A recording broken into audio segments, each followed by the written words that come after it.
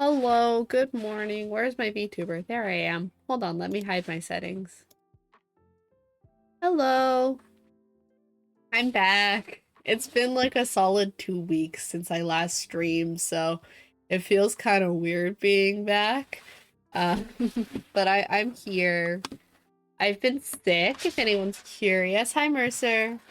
If you haven't been in the Discord, that's what the update is. I've been sick. Let me just turn my music up a little bit. I can hear. There we go. Yeah, so I have been sick. It has been awful.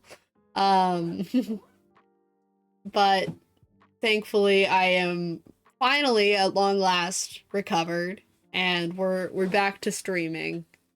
It was a rough time. I was sick for like a solid 2 weeks. Um, I did not like it, but apparently like everyone else was also getting sick while I was getting sick, so like I didn't feel like it was just me. It was like something was going around like the entire city, but like more realistically, I think just like my campus. Because I knew a lot of other people who were also sick at the same time. So I think something maybe a few things were just spreading and I got hit really bad with that. Cause like I guess 2 weeks ago now on Monday. Yeah, when I went to do my little like Eevee stream, I had a bit of a sore throat. And then after stream, my sore throat was like really bad. Um, so I like tried to rest for the next couple of days because it was like it was rough. It was taking a lot out of me. And then that started to feel better, but I had like a little bit of like a lingering cough, you know? Um, and that wasn't fun. But you know, it's a little bit better. It was manageable. So like jump to like the next week around like Wednesday or Thursday. My cough is still lingering, but like overall I'm mostly fine. And then I go to work on Saturday and you know, like I've got a little bit of a cough. My throat is acting up a little bit, but I'm like I'm taking my cough drops and I'm mostly okay.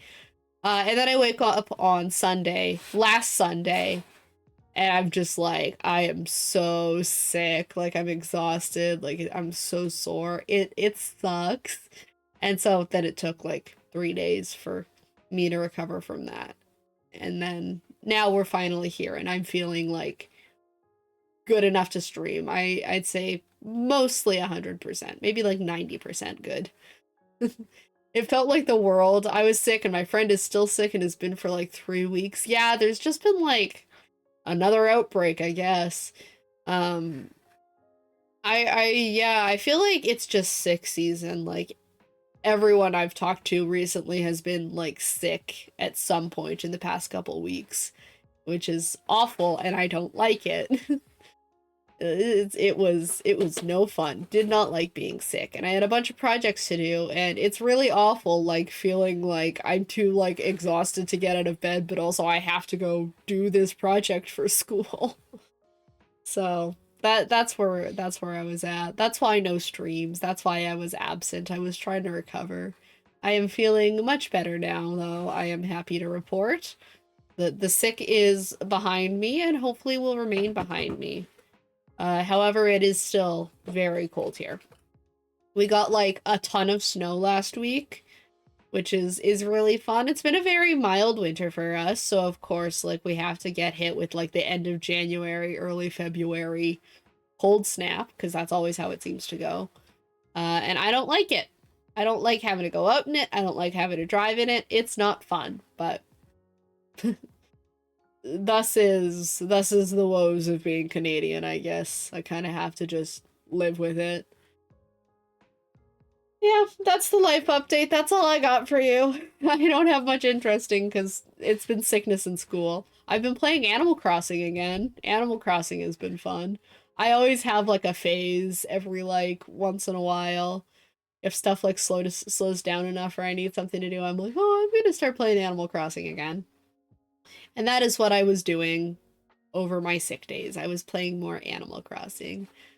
finally trying to finish my island decoration. Then that was pretty fun. I like Animal Crossing a lot. I hope we get a new one when the Switch 2 comes out. I know that there has been, like, in the past, pretty big, like, gaps in time between Animal Crossing releases, so it'll probably be a while before we see another one, but I would be very excited to see a new Animal Crossing, because it's already been, like, almost 5 years since the last one dropped. That's kind of crazy.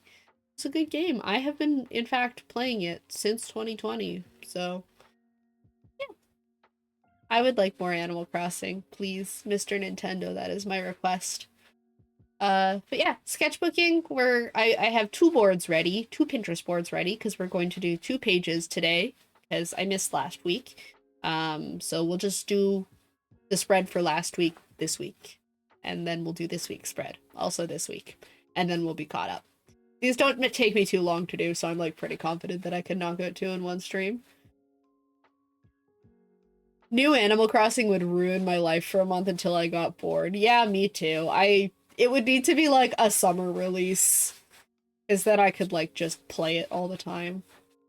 Then I'd just, like, make an excuse to play, like, hours upon hours of Animal Crossing on, like, streams and stuff. I think that would be fun. Let's hop over to the sketchbook. I'm gonna have to move my camera. Nope, that's the wrong one. Is my camera not plugged in? It might not be plugged in. Hold on.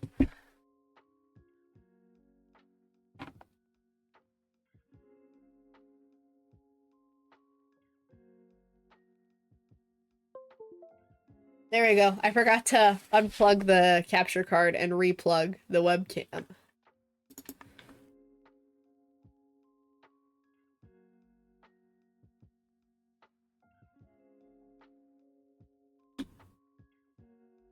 There we go.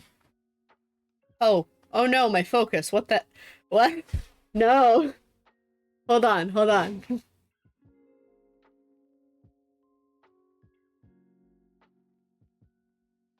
Why did autofocus get turned on? No.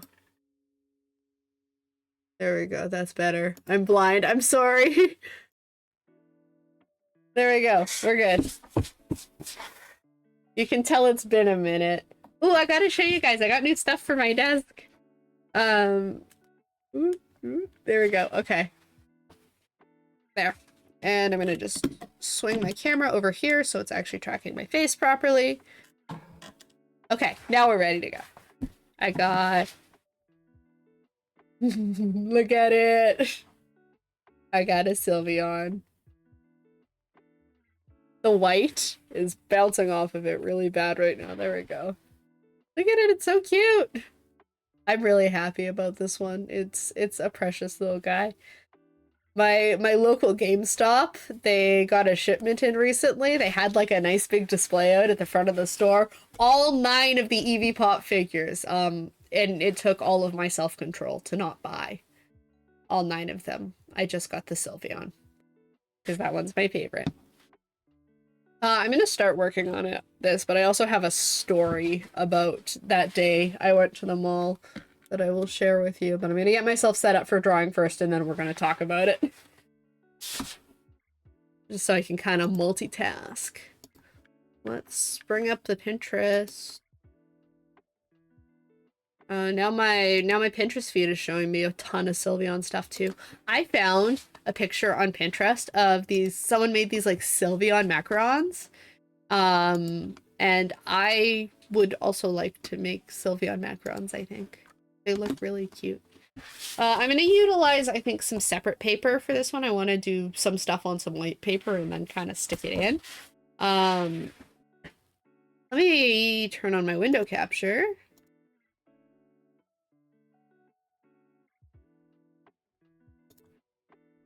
There we go. Oh, I'm gonna change the cropping of it so you can see the whole board, because I'm just gonna have the full thing open. Why is it so big?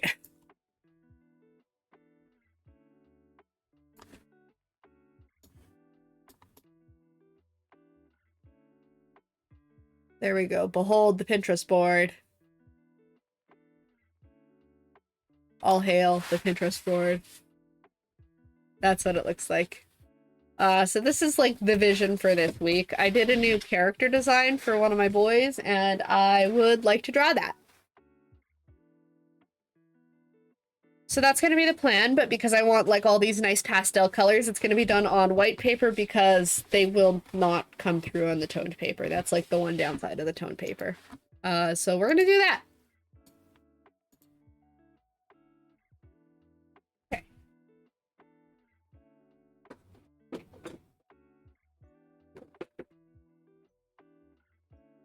Oh, we'll do a little switcheroo here. I'll grab a nice sheet of this.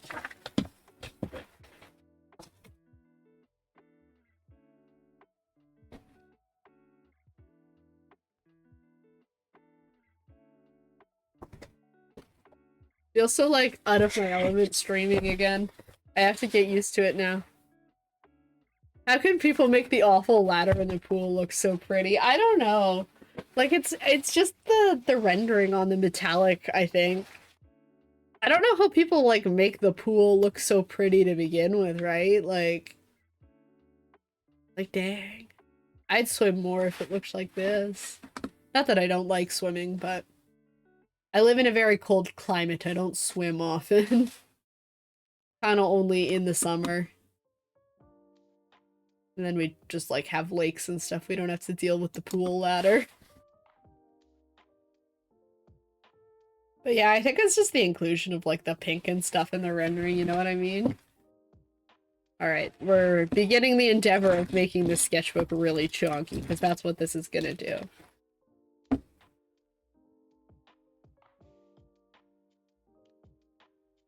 Let's... I'm not gonna explain much about this design, I'm just gonna do it. I don't think I haven't drawn much Lance on stream before, so you're not really missing much from his old design.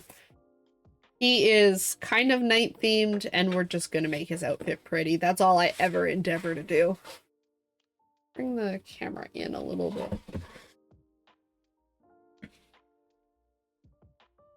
There, we're gonna try like this angle and see how that does. I'm not sure if I'm gonna like it because the camera's kind of close to my face, but I want to try.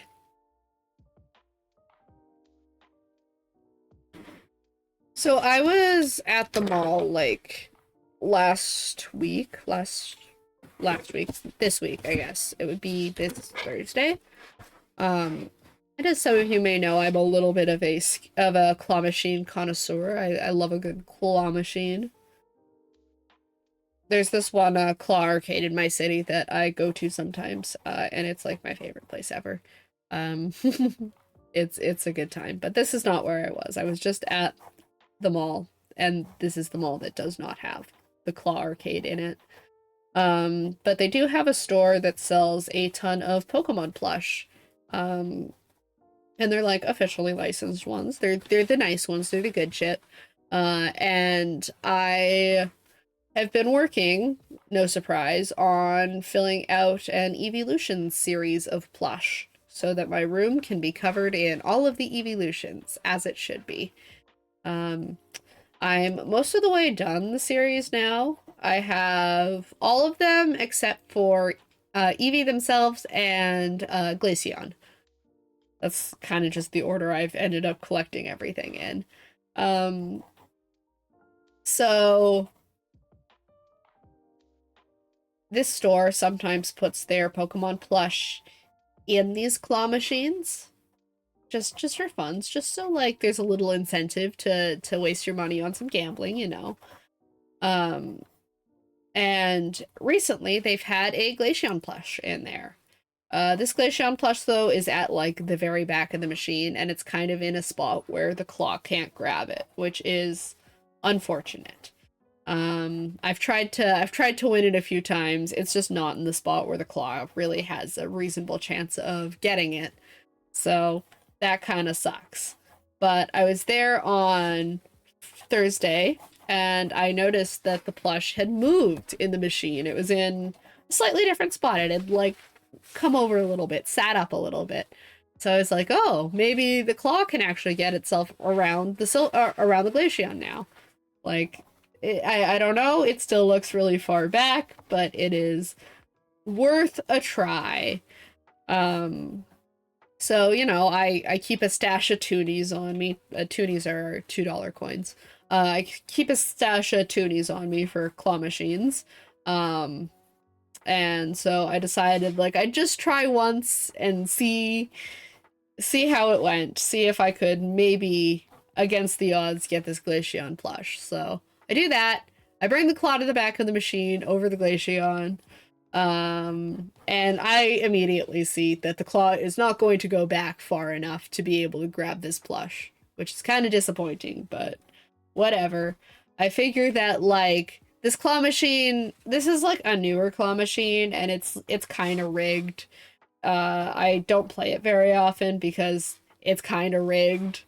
The payoff is set to happen a lot less often. The claw is kind of small and finicky. It's a lot harder to win. But I figure, like, well, I put the $2 in the machine. I may as well, like, put the claw over something it has a chance of grabbing. So I do that. I find a plush that's, like, in a more reasonable spot for the claw to grab, and I fire away. Don't really think that much of it. And, like, for whatever reason, I guess the claw machine was ready to pay out because I have, I think, probably the stupidest looking Pokemon plush I've ever seen in my life now. And I just think it's so funny. I think it's funny that I not only failed getting the one I wanted, but I also just, like, randomly lucked out and got a different plush instead. So I'm gonna zoom out for a sec. I'd like you to meet my boy. Look at him. I think his body's pretty good, but his face.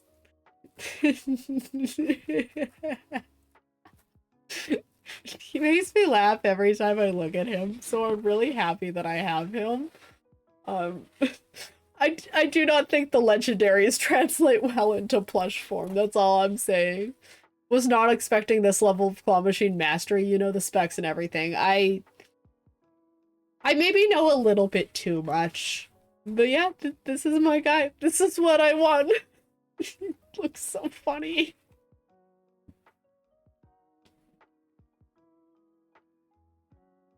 Oh, he's gonna go back up there. So that's probably the most exciting thing that has happened to me this week. I think he looks like one of those flat-faced cats. That's my take on him. Goofy Raikou for the win. Yes, exactly. I think he's so funny, and he looks at me from the side of my desk, and I really like him. I think that's probably the best claw machine story I have now. How I just managed to win a prize I didn't even want. But, you know, now that he's in my life, like, I think he's here for a reason. I love him.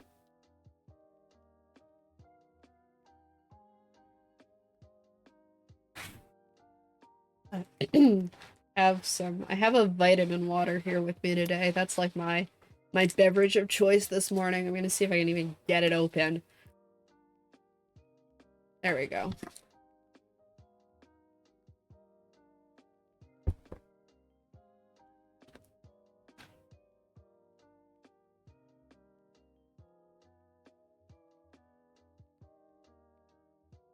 My headphone cord is not a big fan of me this morning.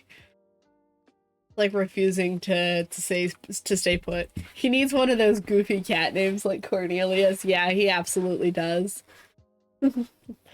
Like, just like a super proper fancy sounding name for just like the goofiest looking cat you've ever seen.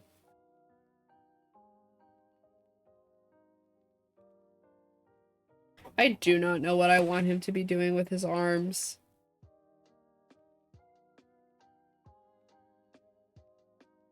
This is, I think, what I've been struggling with lately, is coming up with good poses for the arms when I'm doing posing. Although there are, like, a lot of things that I want to work on. I am gonna have, like, a whole training arc once my classes are done, I think.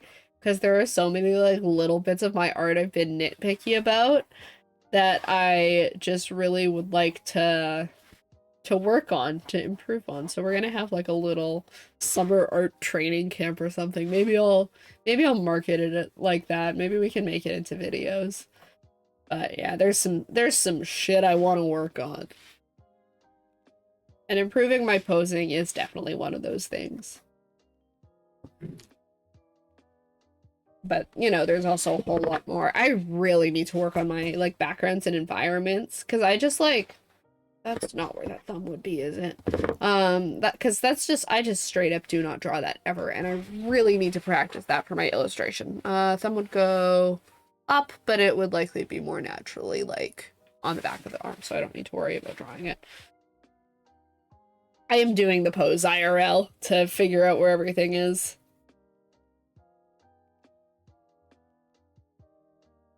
I'm not going to make the hands very detailed anyway. They're not the focus of this. I want this hand to fall a little bit lower.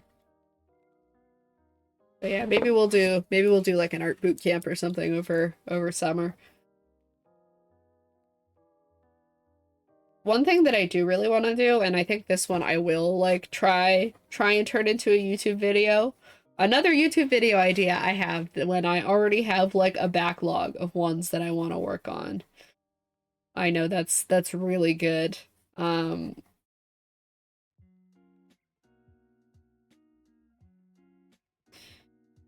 But since I've been playing Animal Crossing again, I've been thinking a lot about the whole like artist trend back in 2020 when the game first came out of like turning all the villagers into human character designs. I really liked those videos. I watched the hell out of them. So, and I always kind of like I tried I think doing my own take on them back in 2020, but I don't know how old I was. I was gonna make a big deal about it, but I don't actually remember. I think I was 16. Yes, I believe I was 16 in 2020.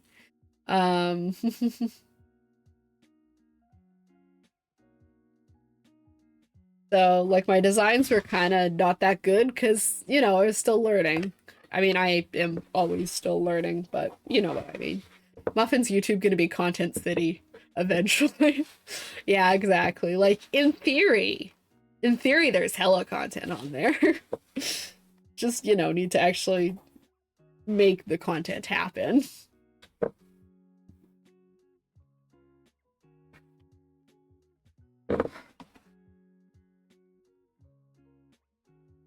Do you guys like being like up close and personal with the drawings? Because I don't know, it's not really getting in my way as much as I thought it would. And if this like makes the drawing easier to follow for you guys, I can absolutely do camera like this in the future.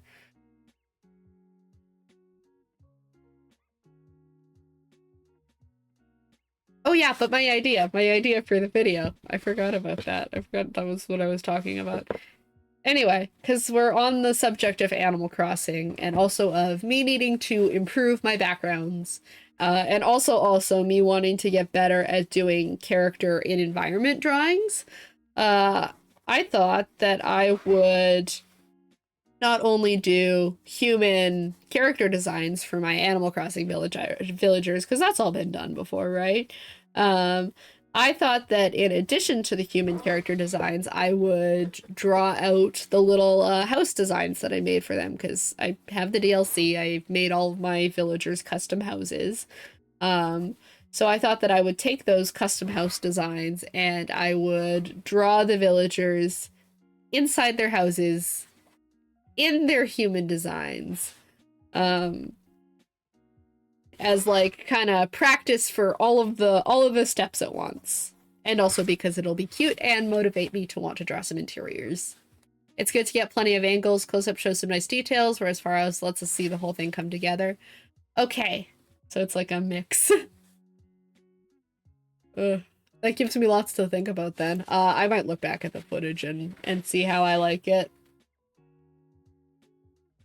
I think I can just do like a variety of shot compositions. I think that's probably for the best. I say as if I'm any good at doing that. Maybe I'll just keep my my little webcam control thing out. Come on, where are you? My little webcam control menu so I can like adjust the focus a little bit.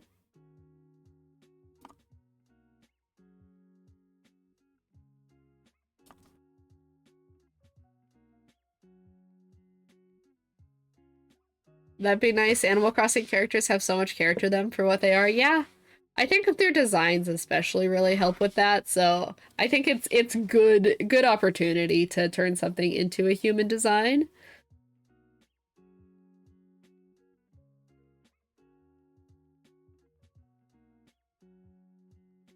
I think this is gonna take up like most of my page, but I'm kind of okay with that. I think that's fine.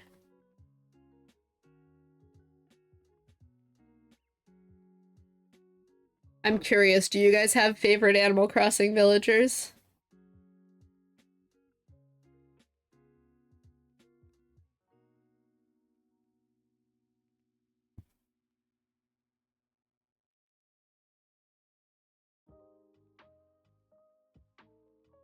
I think for the most part, my island cast is like pretty set in stone. I got all the guys that I really like on my island. And then some guys that are just there as like supporting cast.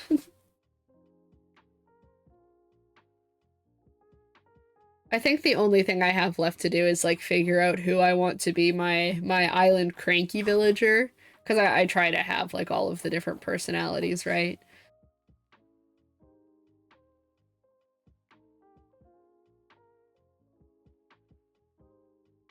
But other than that, yeah, everyone's pretty set. And like 5 years after the whole craze with him happened, now at long last, I finally have a Raymond on my island, which I think is so funny.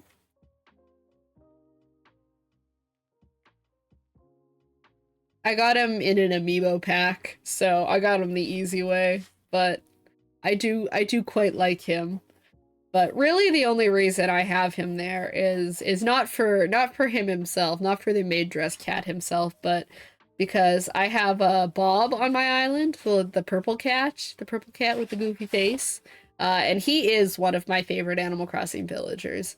Um, and there was a meme going around back in like 2020 of Bob and Raymond from Animal Crossing that was just like every gay couple looks like these two.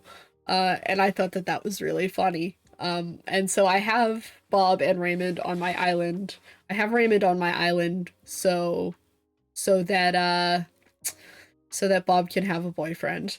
That's why he's there. Not sure about specifics, but I love the Jim Bro characters. And Isabel was a big hit. Yeah. That's fair. The jocks are fun. I have ruled the penguin on my island as my jock, and I think he is my favorite jock villager. He's just so funny, and he's just this like big round penguin talking about how swole he is, and I like him.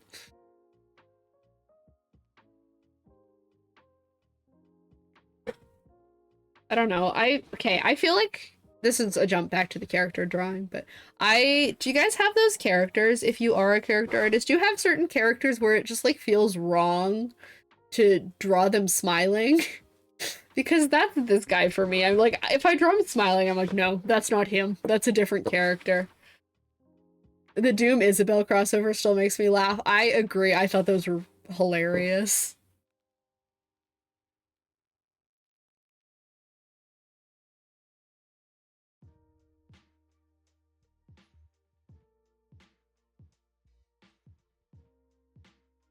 I'm still kind of work in progressing this, but I've like kind of changed up the way this the armor sits on him. I've essentially made it less like actual armor and more like a proper magical boy costume, which is kind of the goal with all of my designs.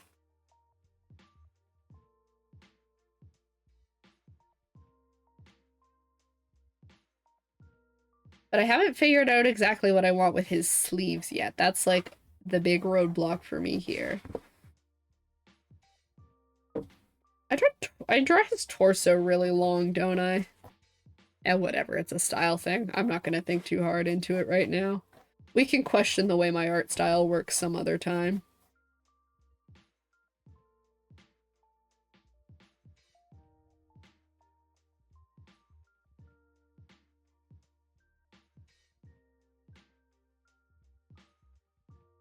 And then I've got kind of like the open bottom dress shirt. Fun. I think my goal with his design kind of became just that I wanted like a lot of cutouts on it. We love our long torso homies. Sure do.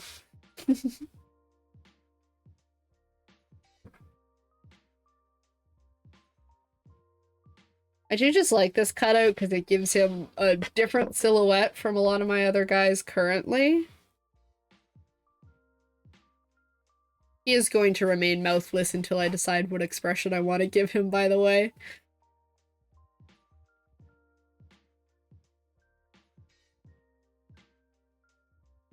I do know that I want, like, big gloves and then his arms to be, like, relatively bare, but I need something going on up here for sleeves.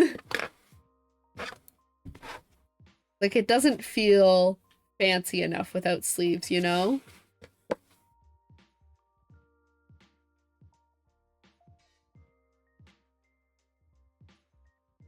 I'm keeping his, like, big tall boots because I love big tall boots.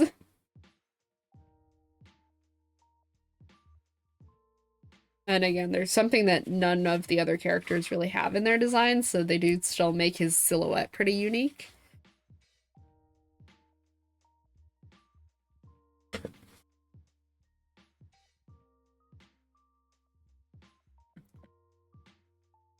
As of late with my designs too, I like cannot stop putting my male characters in heels. It just, something about it feels really fun. I like the fun little heel. Just elevates a silhouette for my, especially for magical designs. I'm like, it just feels fancier. Heeled boots are for everyone.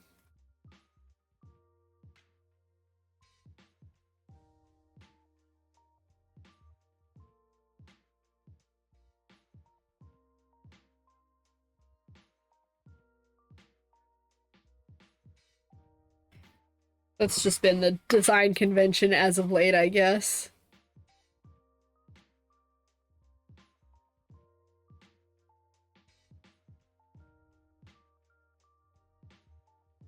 I really need to practice my armor design. That's another thing.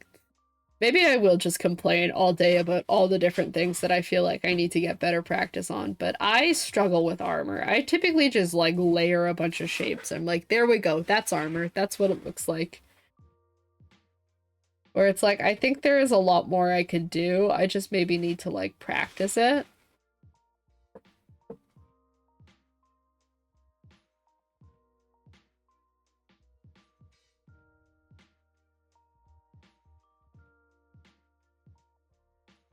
A lot of just like little design things. And I mean, I think it forever will be. I feel like I always get myself in a cycle of like, oh, I have such a long list of stuff that I like really know that I need to practice. And then when I do that, my art will be perfect. But I mean, it's never like perfect. You kind of always have to be practicing stuff, but I think I would like to get together like a big list for myself of all the stuff that I want to do some good practice on over the summer so I can like step up my art a lot. As I'm like, I'm in a place with it where it's like I like it. Like I like the style that my characters are in, but I really want to grow. I really like it's time where I'm like I'm seeing so much other like really good art around me. So I'm kind of like itching to improve myself. That's kind of been the nice thing about art school for me is like it gives me like a little bit of that drive to like also improve my own work because I'm seeing everyone I know around me improve their own work. And I know for some people that feels like really difficult. Like I've definitely had my struggles with that in the past. For in high school, I think it was a really difficult thing for me to see like other people improving their art and like feeling like my art wasn't improving at the same rate. Like that was tough and I didn't like it. And so I like absolutely understand that that's a big struggle for some people, but I don't know. I think I'm very much in a point with my stuff where I'm like, ready to I am ready to do some improvement, and you know, that motivation has come from being inspired by other people around me. That makes sense. I would call that a benefit of art school.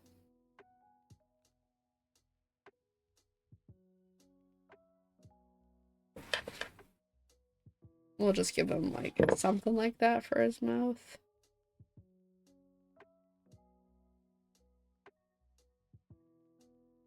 I haven't done like a goofy little lip like that in a while, but I do like doing it, so we'll do it on this one.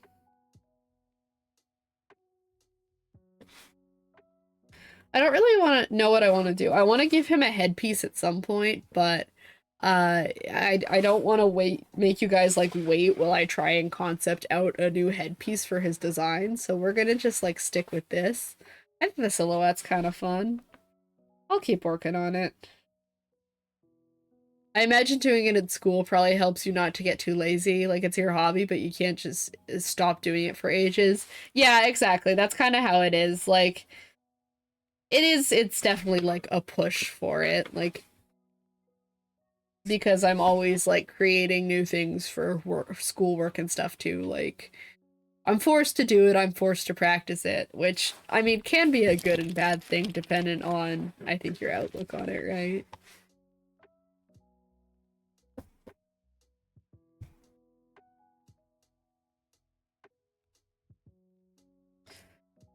I do not know at all how I plan to achieve these, like, nice colors in this drawing, but we're gonna try.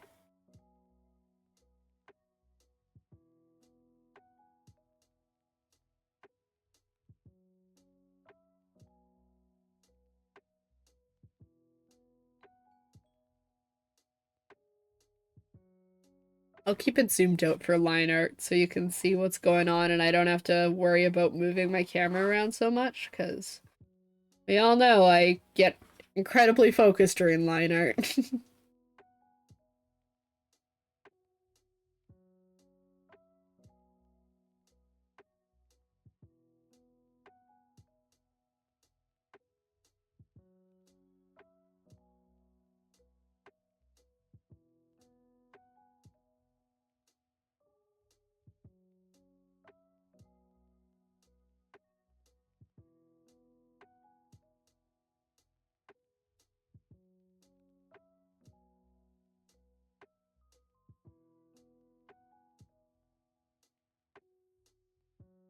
I was gonna do this full outline in my other pen, but I've started with the brush pen now, so we're not stopping.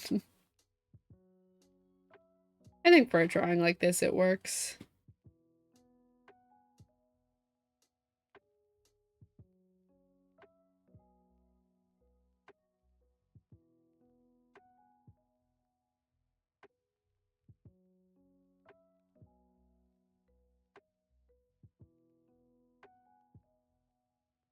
Also, this is still my favorite inking set. It's the manga inking set from Micron.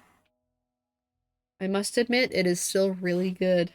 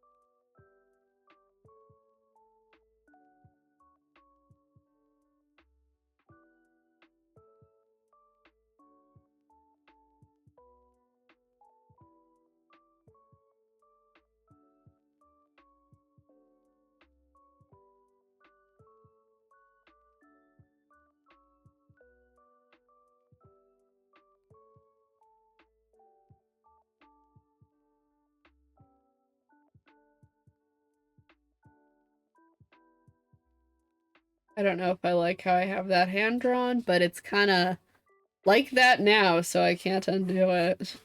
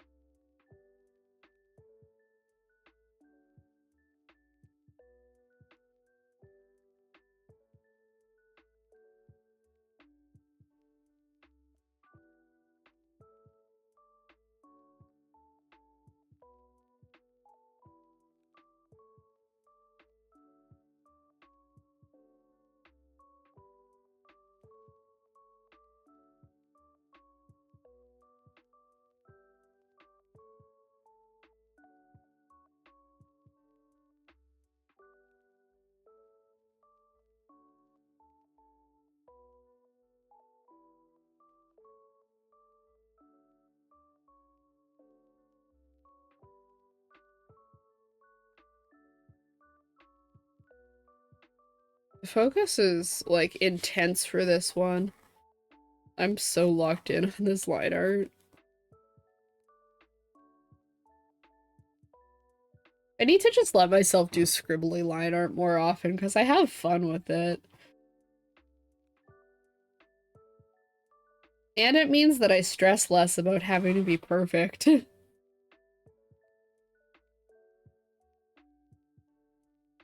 The nice clean line art is already in play though, so gonna be what we do for this one.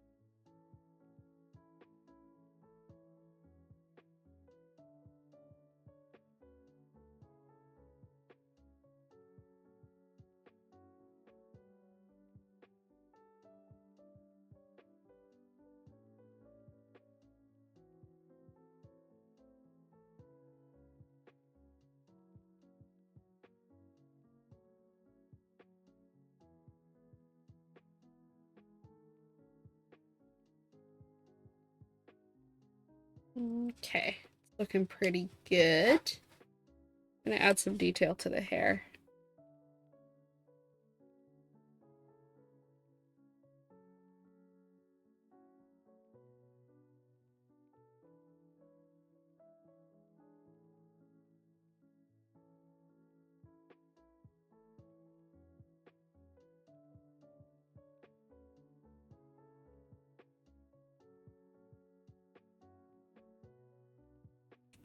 There you go. Oh, one more thing. I keep adding like these big cowlicks to their designs and then forgetting to draw them whenever I do like my inking and stuff, or just my sketches. Someday it'll be second nature, but I keep forgetting about them. There we go. That looks pretty nice. I did not think through how I was gonna like color this thing to get it to go with the whole like pastel theme that I was going for. I may actually even use highlighters for this one. But let's erase some line art. I'm gonna take this. I'm just gonna just do this while the thing is on my lap so my desk doesn't shake violently.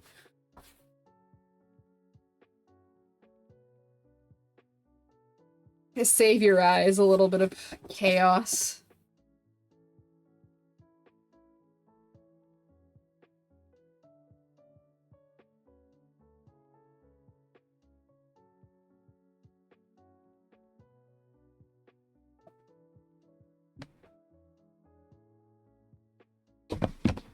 There we go. We'll have to see what I actually have for highlighters, but I think that's like my best bet here.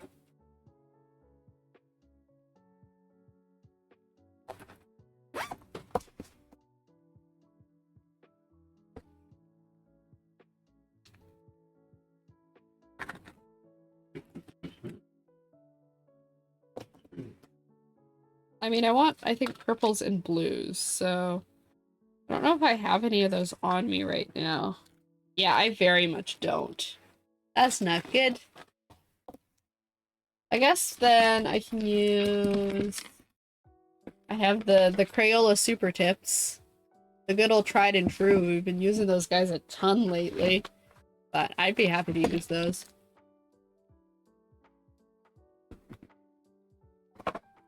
I think we can have, I think it might be nice to have like a few like darker elements kind of mixed in with a light pastel.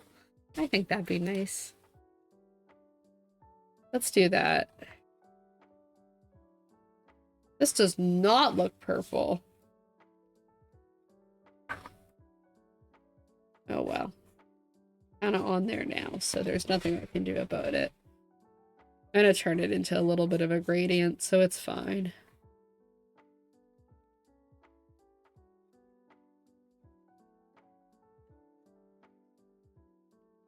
I know I complain about work like all the time on here, but I swear if I have one more, like, trying to think of a nice way to say this. If I have one more, teenager who I like that I'm trying to think for nice word, like dig for nice words. I'm just like teenager. I'm starting to sound old, but if I have one more teenager, walk up to me and like say in like the most entitled voice ever, are you guys just like not carrying Jellycat anymore or what? Someone is going to get punted. I got asked that like so many times yesterday, and I cannot begin to describe how annoyed I started to get at being asked that. And like, the question on its own is fine. Like, I get that they're popular and people want to know what happened, where a Jellycat section is. Like, the reality of it right now is just that they were really popular.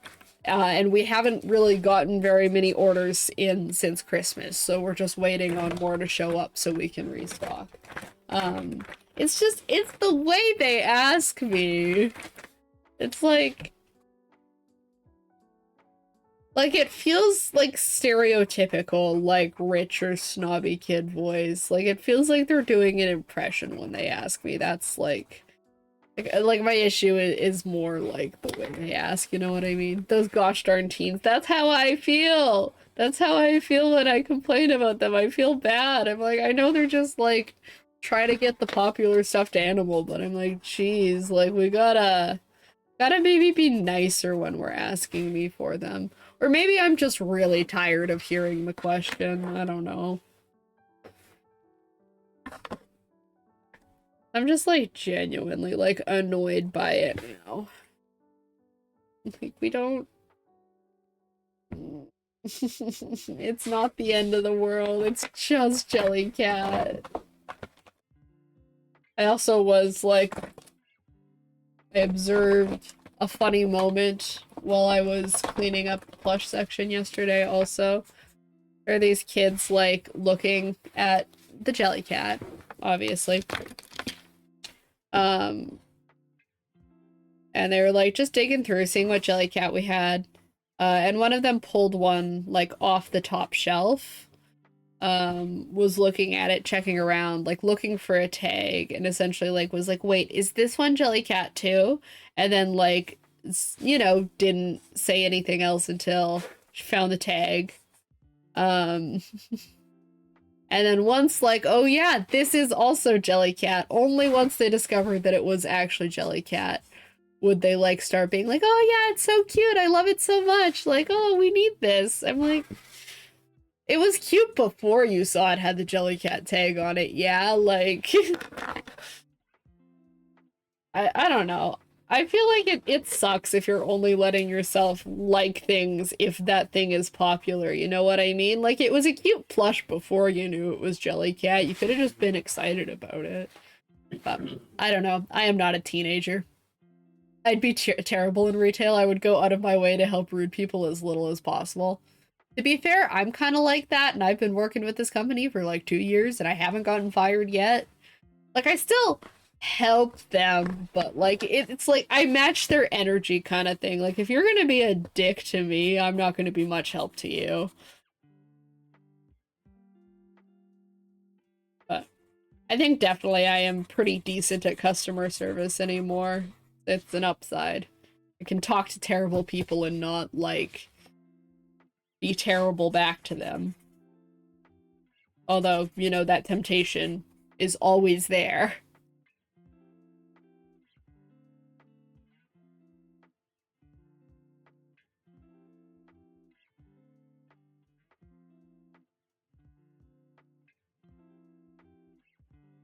I don't know. There are definitely some days where it's like, all right, the next person that is mean to me is going to get yelled at. But I don't know. I've never snapped like that. And hopefully I will continue to not snap like that, because I would like to keep my job. We're brand conscious of toys now? Yeah, apparently.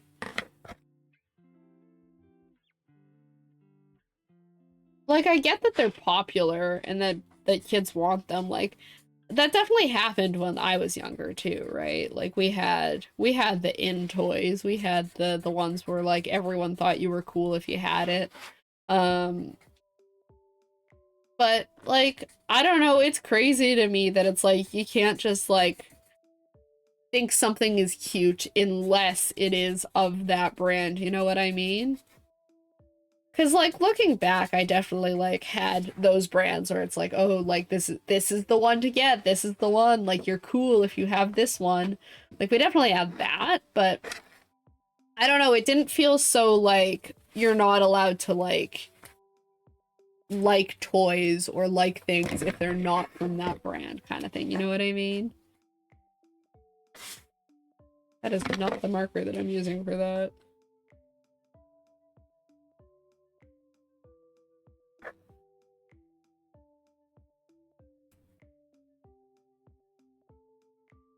There are brands and lines I knew were good and looked for, but if it was good, if it was good without being those brands, it was fine. Yeah, I think that's kind of where it was. Or like we had like the popular toys, but you know, there are still other toys that I liked and would have been totally fine with even if it wasn't those specific popular toys. So, I don't know. I hate to be the person being like, oh, it's TikTok's fault, but like I don't know. I think part of it is definitely like because people are online at such a young age, you know what I mean? Like, it kind of just changes the way your brain works a bit.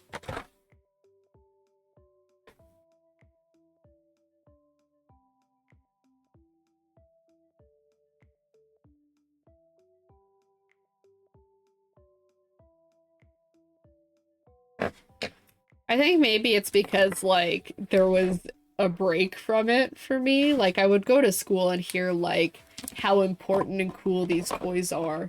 But, like, you know, I wouldn't go home and open my phone and then have my entire world of entertainment at home telling me also how important these toys were. You know what I mean?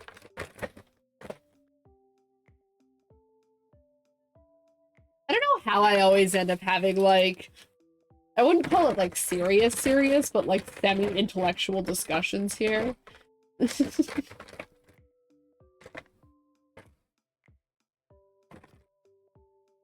I don't know. Sometimes we just go down rabbit holes, I guess. I'm trying to find a lighter blue. I don't know if one exists, though.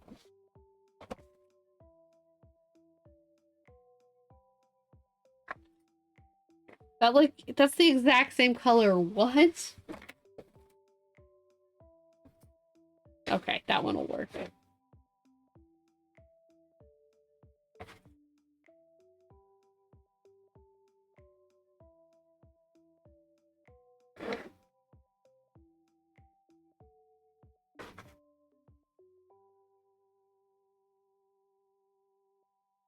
Oh, I forgot to do the little sleeve bits here. I'll get to those in a sec. Your whole life is advertisement now. And yes, these discussions are fun. Yeah, absolutely. Like, I don't know, they're just ads in a whole bunch of random places now, and I don't think I'm okay with that. Artsin and philosophizing, yeah, that's pretty much what it is. If I was smarter, I'd make that a series, but I'm like, I don't feel intelligent enough to make my entire brand revolve around, like, philosophy, you know? Like, I can yap, but I don't know if that really qualifies me to host, like, intellectual conversations.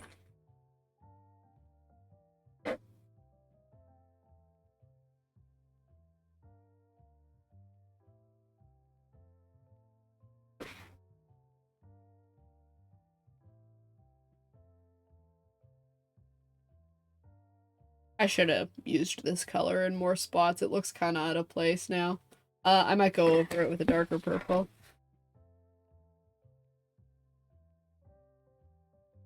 Yeah, I think it kind of needs to stay in line with the rest of these purples.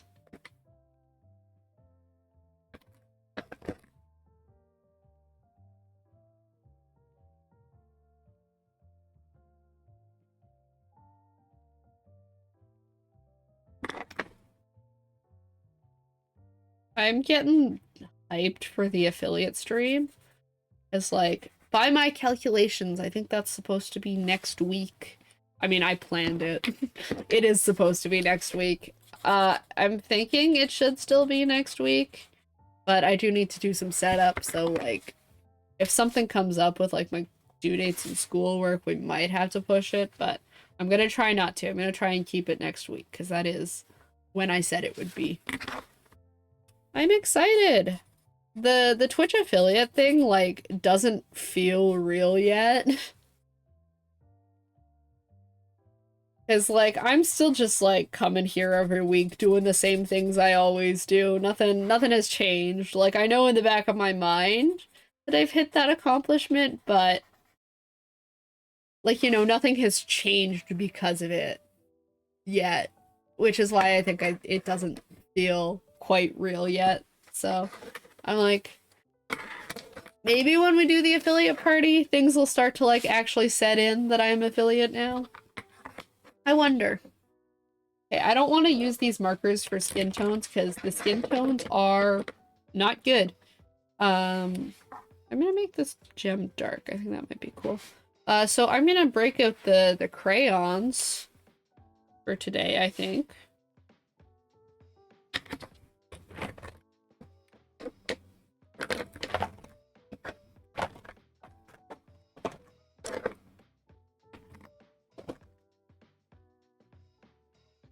Just trying to, like, put my markers back in the drawer.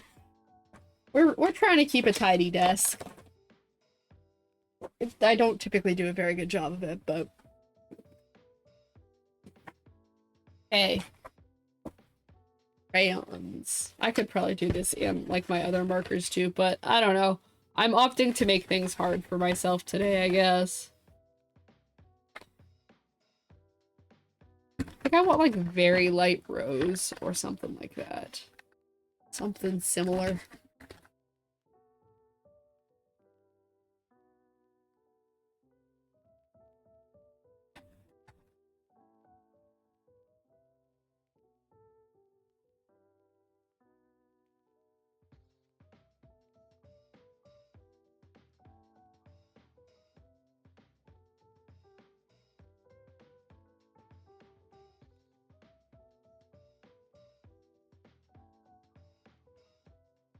That is if I can find it. Jeez.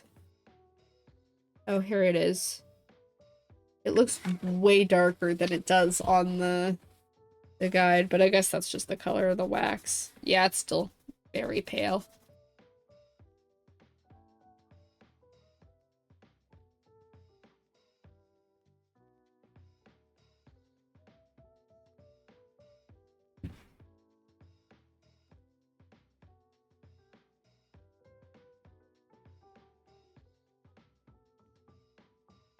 I feel like there is nothing happening here. The camera is not even picking up the color. Maybe I went too pale, but I don't know. It's chosen now. That's what we've got. He looks like a stereotypical goth character in a cartoon. And I kind of like that. I like the excessive purple.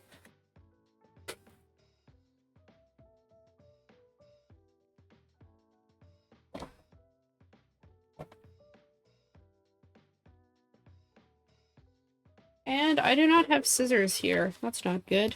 I don't have the ones in my pencil case.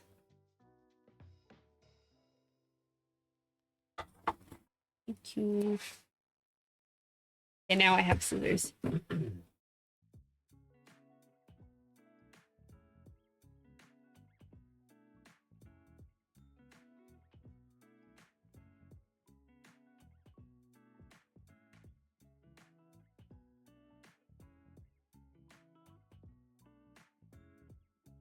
There we go. That's what we've got. We'll have to see how that actually fits into the sketchbook.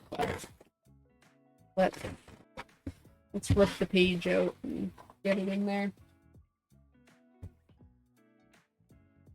Although I might add some paper. I feel like we need some paper.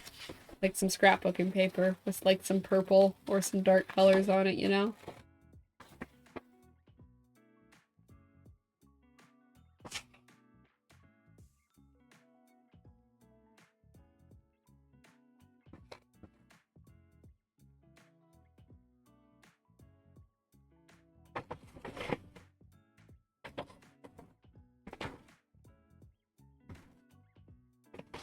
Yeah, this drawing's kind of bigger than I really realized.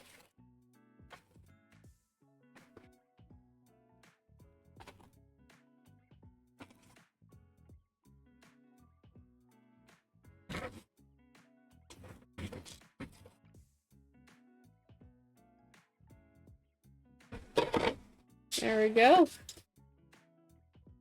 That's looking pretty good. I think it's partially just where my light is. You can't see any color. There we go. That's a little better. Where did I put my sketchbook? Oh, I just put it back in the drawer. That makes sense. I think it'll mostly fit.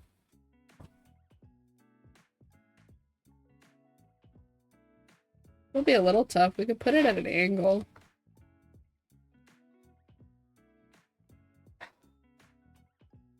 It's a little funny at an angle, but I guess we can play with the goofy, like, swimming pool thing and have a floaty vibe going.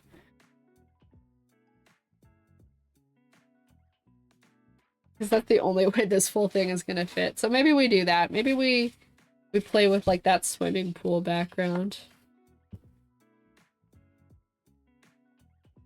Maybe I'll do it like this.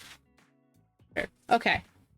I was 100% thinking floaty. I was already kind of thinking floaty with the pose, and now it's going to be extra floaty because of how I have to sit it in the book. So let's do it like this. Let's find a nice piece of scrap paper for the back. I'm going to bring my light back so I can see. Also going to have a drink.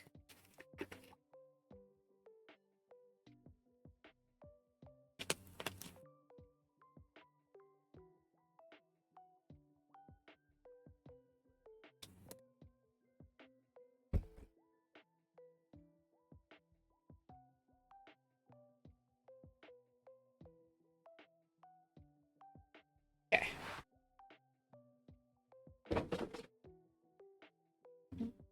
Scrap paper.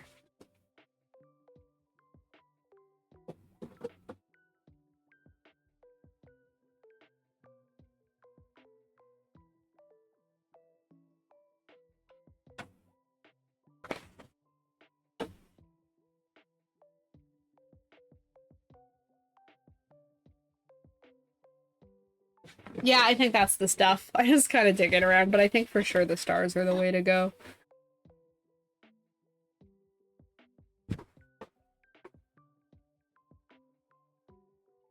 We want like that.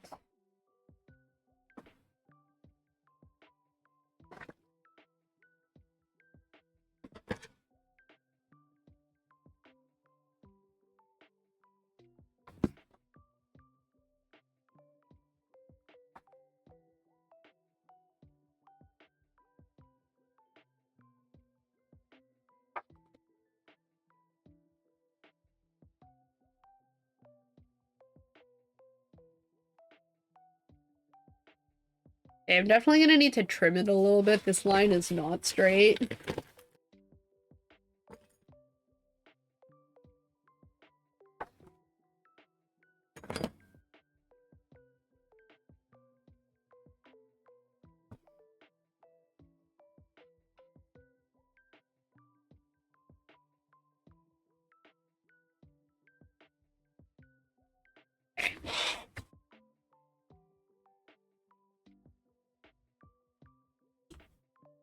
Let's see what we can do here. I've got like the little travel ruler with me. Let's try and make all these edges straight, which I am historically really bad at, but we're gonna do our best.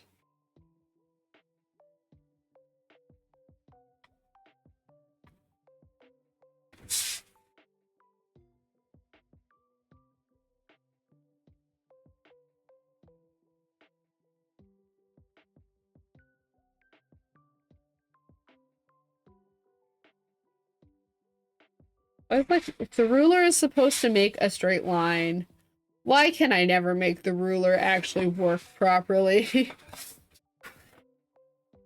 Crazy. Madness.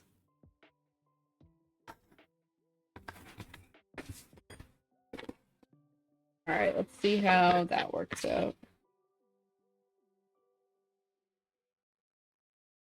Hopefully at least like a little better.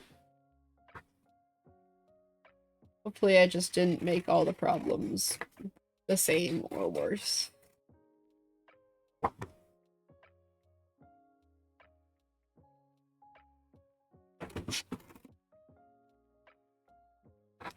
I mean, technically it's straight, it's just the angle. I guess that's fair. I feel like I always still manage to make the line, like, wobbly when I use a ruler, which is really funny.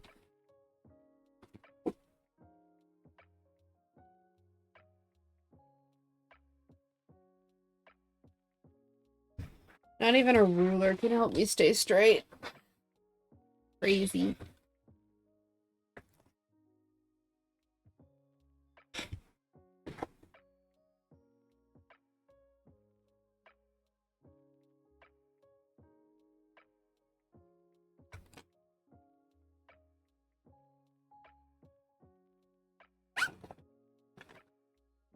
I did, however, remember my glue tape, right? It is here, right? I don't want to say that and then not have it. Okay, it is here. Good. Okay, yes, I did remember it.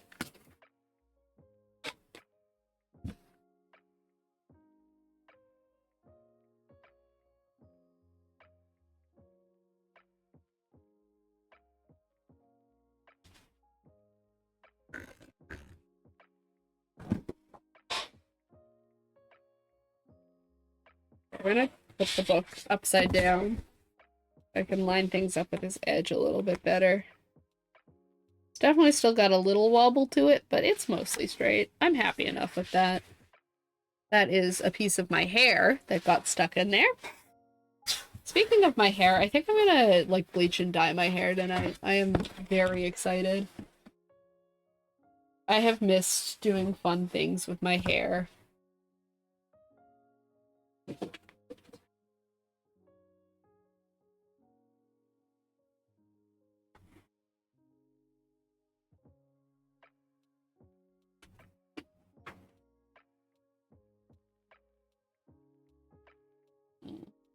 I think I want, like, a little piece down here as well.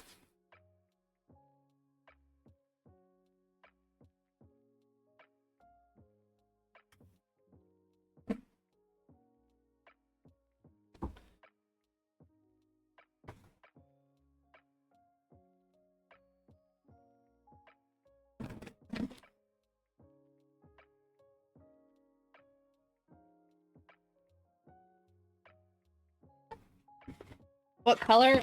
The one I have with me right now is, like, it's like a reddy orange kind of color.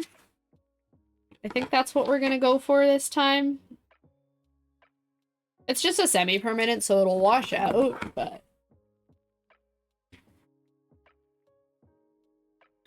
yeah, I think that's what we're gonna... that's gonna be the start for today.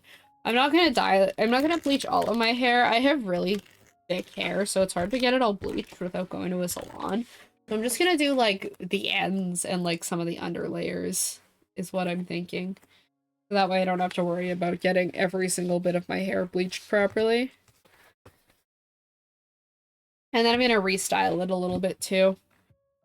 I'm gonna cut my bangs into, like, a little bit more of, like, a mullet. Much to my mother's chagrin. She's not happy about that. Sure, the word mullet, I think, almost had a heart attack, but...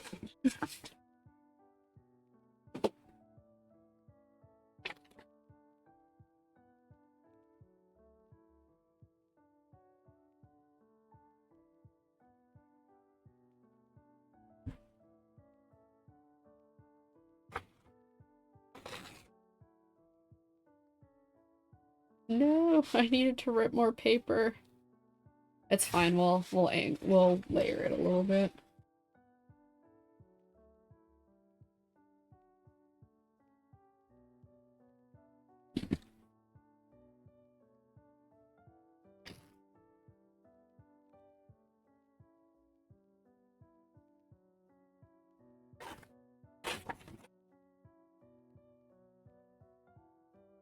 I don't know. How do I want to do this?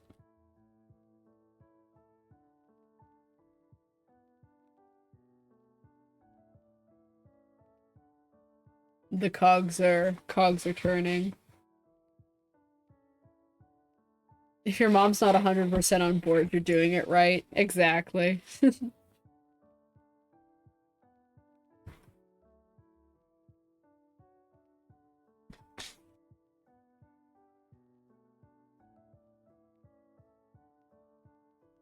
gonna have to use like so much of this ripped paper just to like kind of fill this space, but that's okay.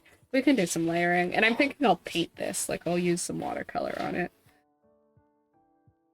Given the fact that it will be water, that feels appropriate.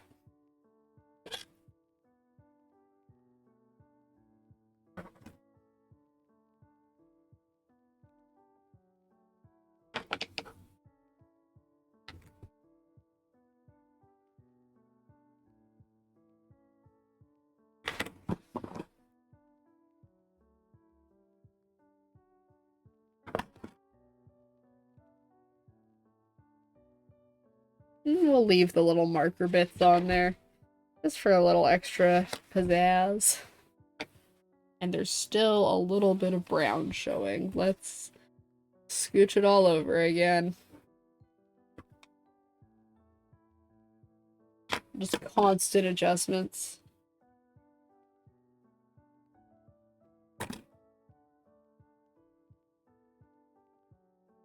There we go. Now it covers.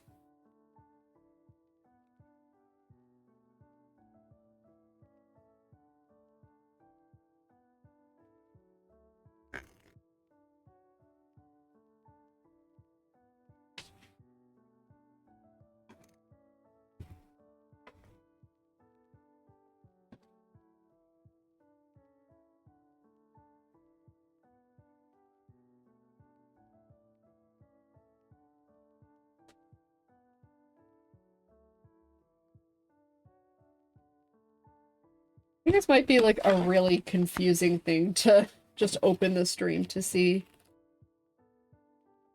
We're layering horn paper on my sketchbook to get like a really specific effect that I'm trying to achieve. Hopefully it'll look good when I'm done, because it's kind of a mess right now. Okay. This one I'm having flipped that way. I can leave the marker. That's actually not that big of a deal. The biggest thing is that I need to fill this gap here. So let's tear some more paper, I guess.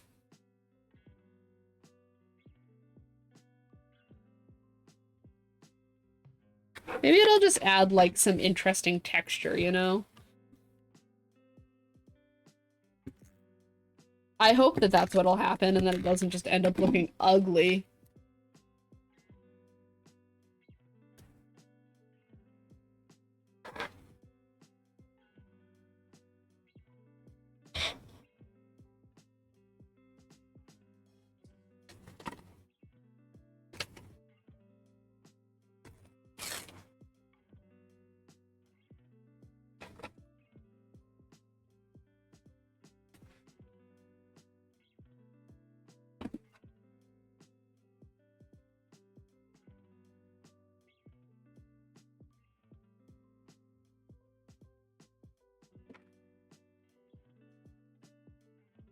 feel like I'm doing paper mache or something.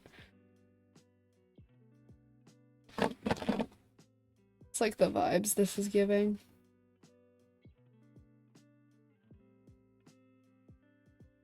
Nope, not gonna try peeling that up. It's fine. It's okay.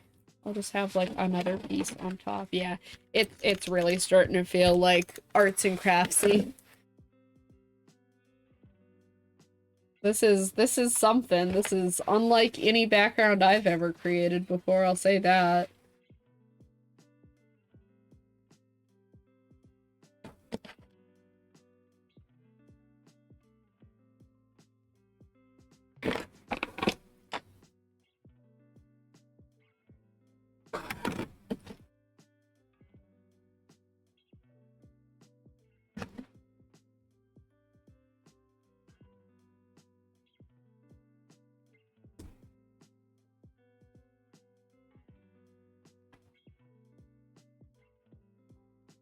There we go. I mean, it kind of does have a fun, like, layering to it. Hopefully looks like a little bit like waves or something. I'm just hoping it'll look better once I put stuff on top of it. That will hopefully be the saving grace of this page.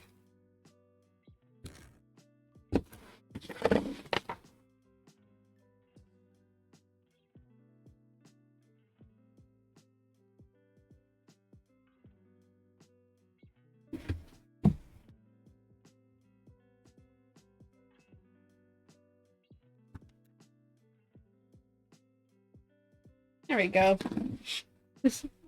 Successfully covered up half of the page with some scrap paper. Let's get out the paint.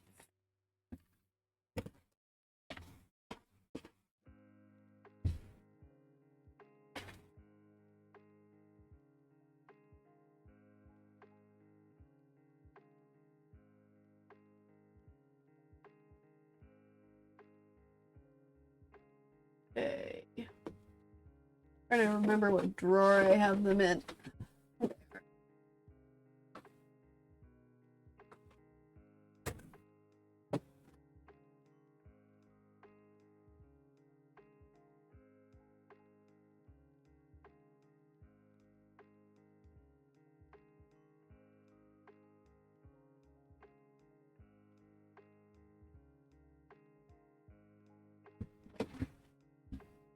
I'm gonna open the specific picture I'm using for reference now. On it. My palette's a little bit of a mess, but we're all gonna agree to ignore that, right?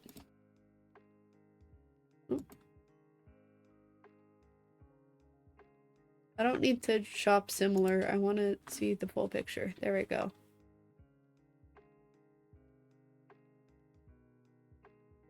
All right, let's see if we can do this. I don't know if we're gonna get the same like vibrant colors, but we're gonna try. And I'm definitely gonna layer some stuff on top once I'm done, I think.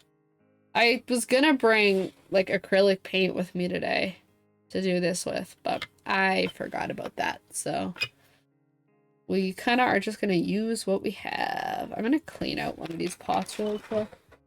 Actually, I can probably just clean the whole palette if I just put a little water on it and wipe it out really quick. I should really be doing this, like, once I'm done painting, but I am a little bit lazy sometimes after streams, so that's how I get stuff like this. At least it's a quick fix.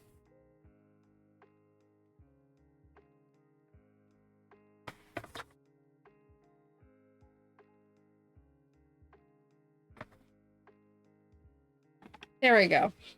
Now it's nice and clean.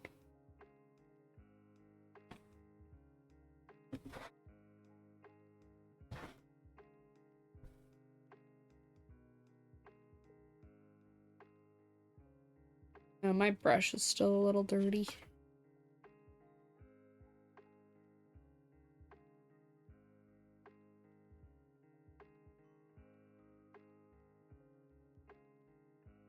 I really need to clean the little water absorption sponges in this pack as well. It's a little old and all of it needs a good clean is kind of the general consensus.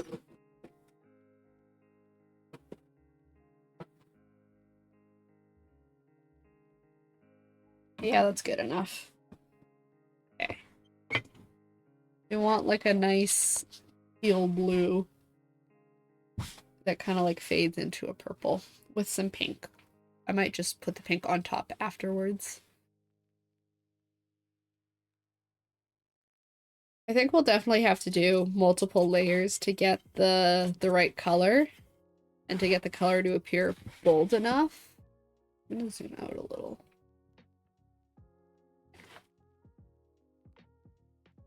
I think we definitely want like some white in there.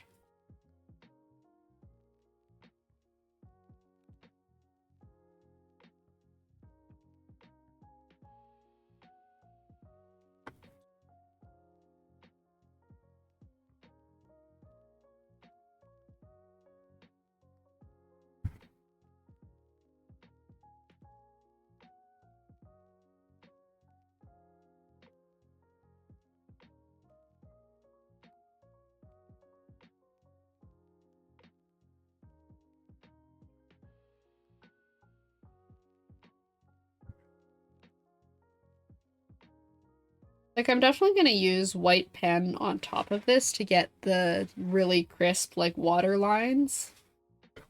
Like, kind of the reflections that you get off the surface of the water. I think that's going to be white pen. Honestly, this is a really good color. I wasn't expecting it to be this good right off the bat, but...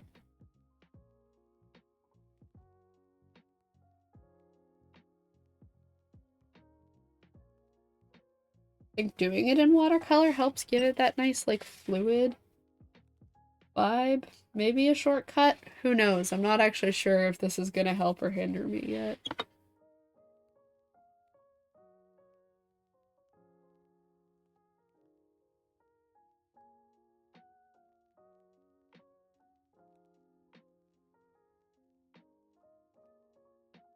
Trust the process. Exactly. That's definitely what this one's gonna be. Big trust the process kind of project.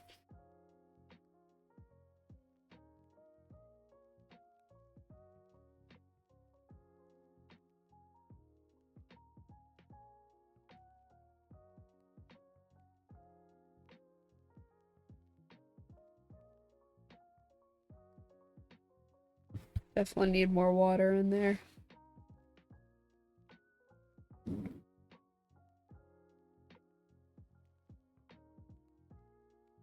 Oh, I'm out of water in my brush, that's why. Like, why? Why isn't it working? That'll do it. Yeah, I'm gonna have to go fill this up. Give me 1 second here. I'll be right back, okay?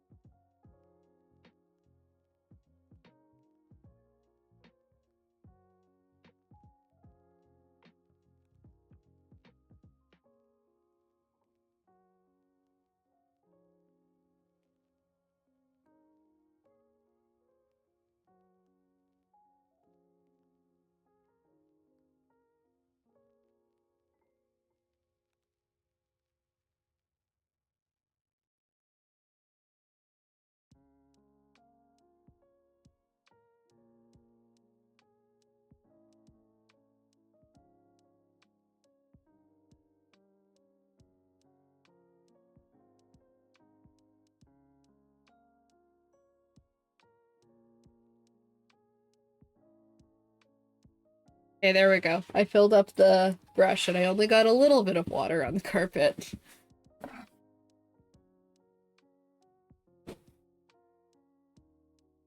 I need to wipe off the brush. There's some water running down the side of it. Oops.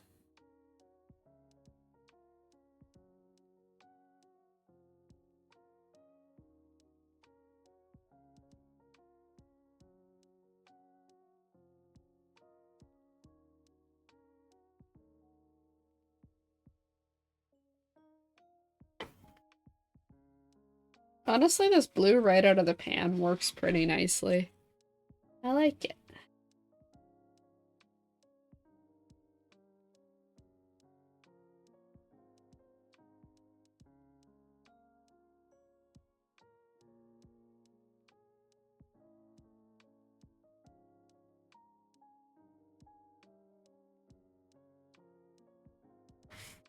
Should swap over to some purple soon, too.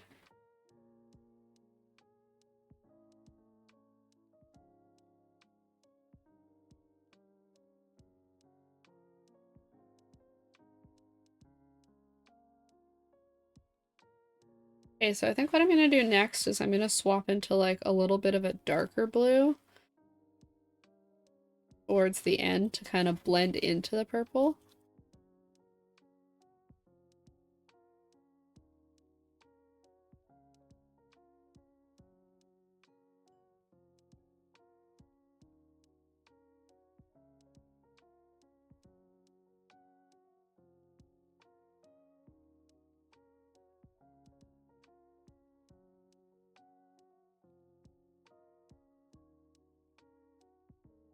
I think there's definitely going to be some more layering involved with this. I want to go back in and do like another layer, maybe with Poscas over top. To get some of like more of the patterning of the water.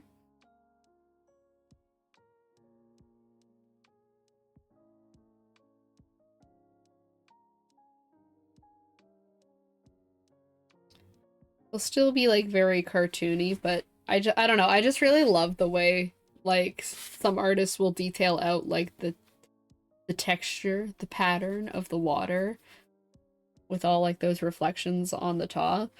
You'll see what I mean because I'm gonna do it in a minute, and it's very similar to this drawing, just like a little bit, I guess, more cartoony. But I don't know, I'm a big sucker for that. I think it looks really cool.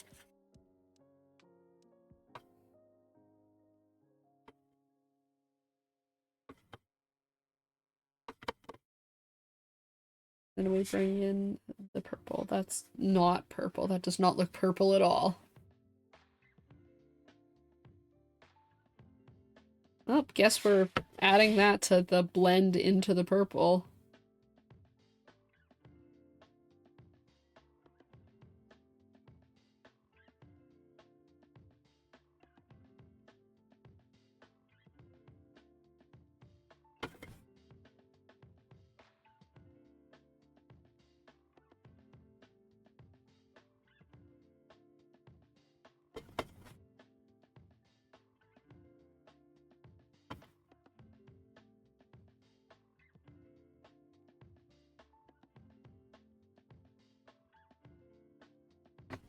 Okay, I definitely need to bring some red in here.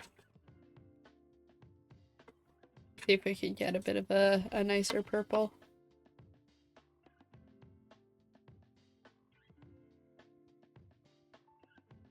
A little bit. Still not there yet, though.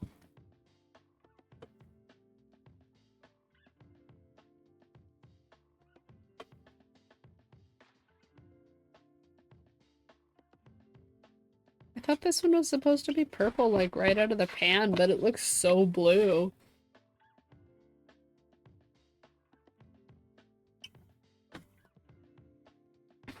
We're gonna have to go back and forth quite a bit with this one.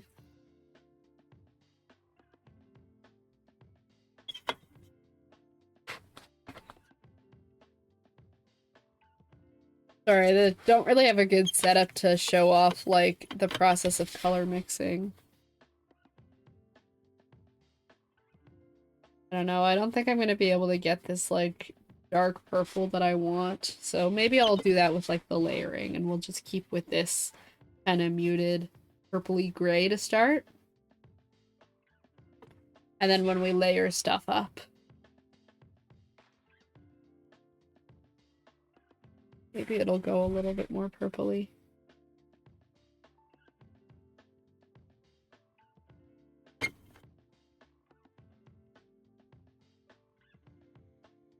It still looks very nice. It does look like a wave thanks to this, like, torn edge here.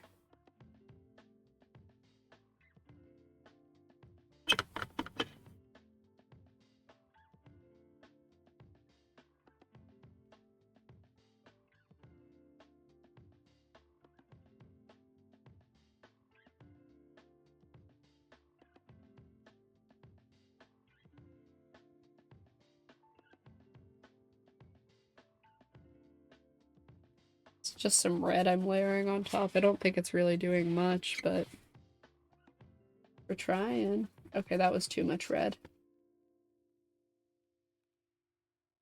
Now it's doing too much.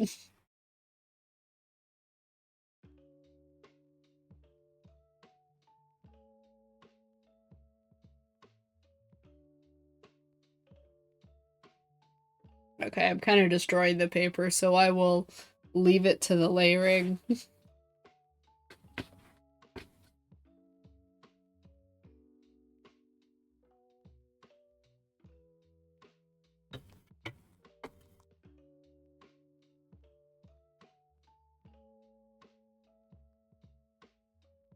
Just gonna do this little edge here.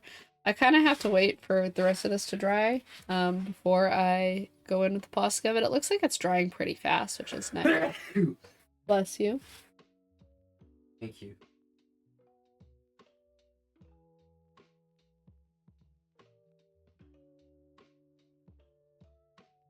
Okay, I've got that kind of initial wave in there. I need to tape this edge back down. It's kind of flapping up here.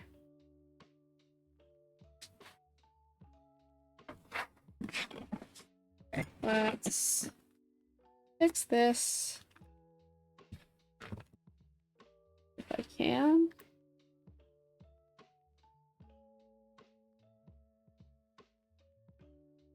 There we go. Yeah, it's definitely like rolling up a little bit. You can see. But overall, thank you for your bless yous to Saucy. Overall, I think it's pretty good.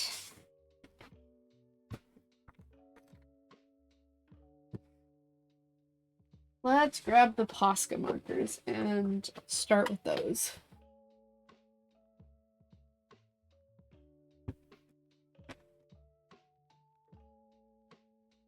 I'm gonna try and do this from memory, so we're gonna hope it goes okay.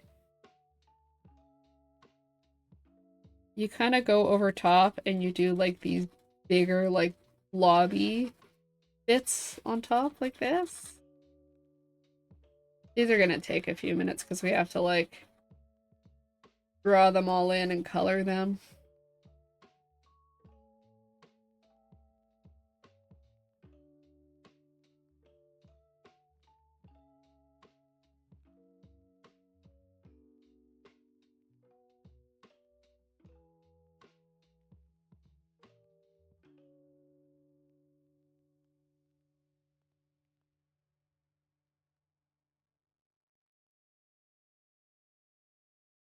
I don't actually think you're supposed to color the full bubble in. I think you're supposed to do it like this.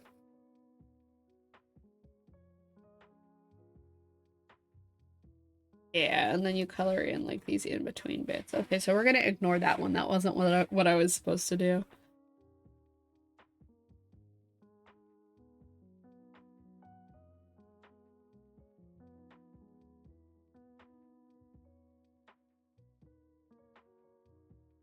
We're kind of making like this bubbly texture pattern thing on top.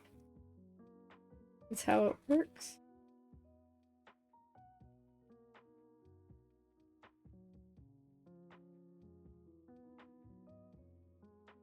I feel like I'm out of practice. I don't do this very much. I don't know, I don't draw like water related things very much, so I don't need to do stuff like this all that often.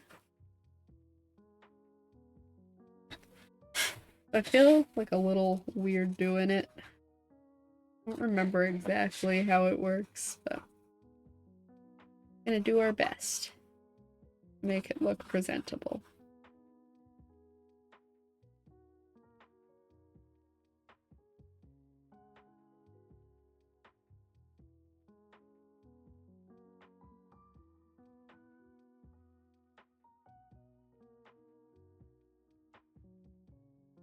I think kind of layering everything ends up looking pretty cool in the end anyway, so hopefully I'll be fine.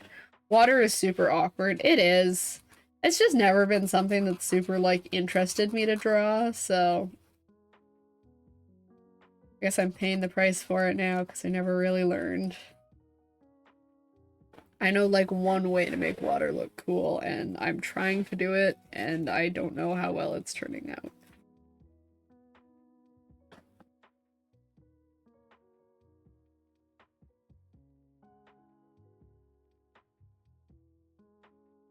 Gonna like keep drawing the little bubble shapes and hope it goes okay.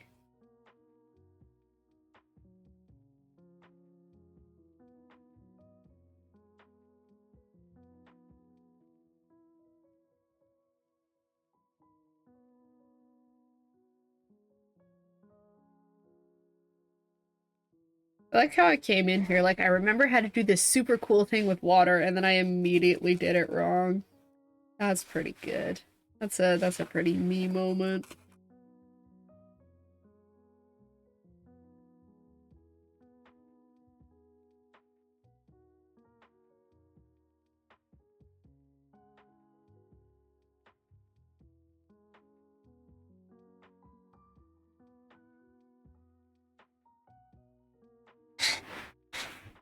At least that's kind of abstract. I don't have to think too hard about it.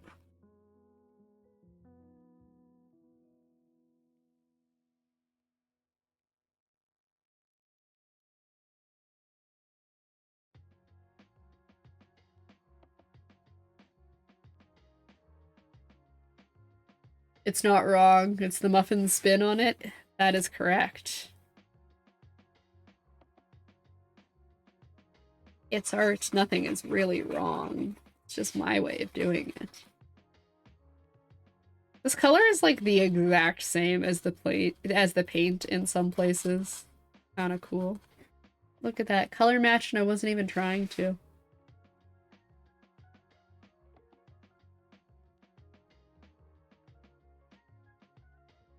Now, of course, I can't do a proper color match when I actually try to.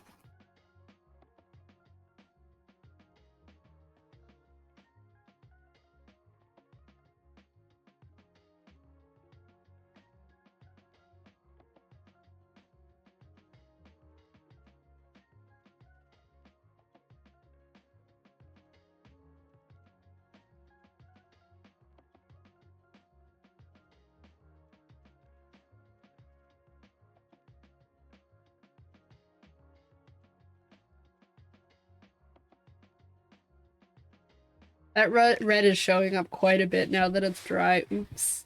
We're gonna go over it with purple, so hopefully it won't show up that much, but...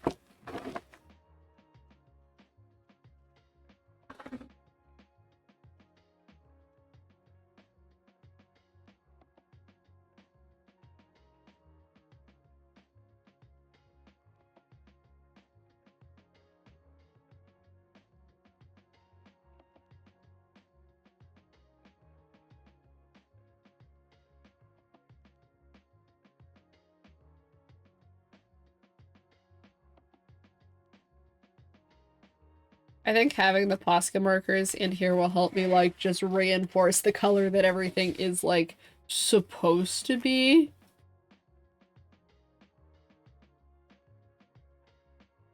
Kinda gotten all scribbly with it, and that's nice. I like it. I like the scribbly. It's like an organic thing, too, so scribbly I think kind of works.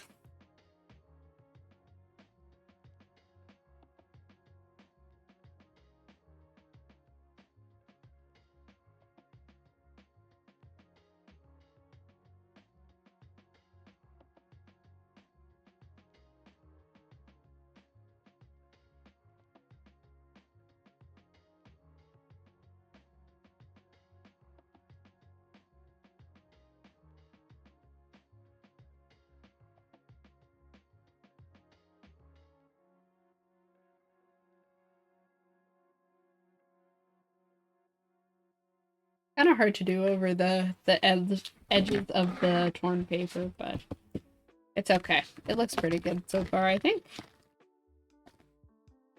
And then we can make the purple bit actually look purple.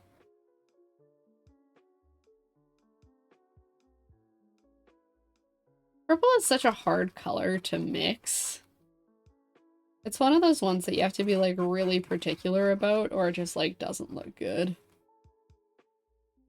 I always struggle to make a nice purple.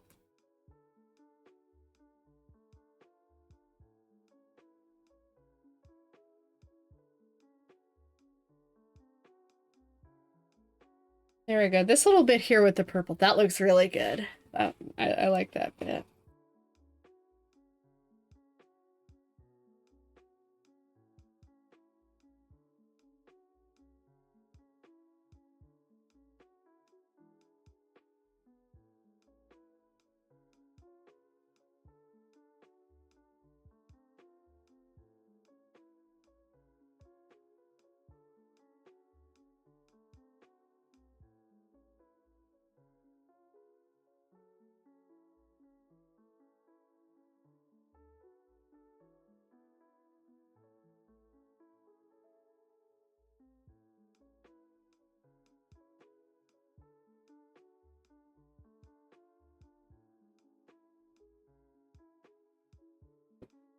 The texture is kind of fun, even if it's not perfect water texture. I think it looks pretty cool. We take the little victories.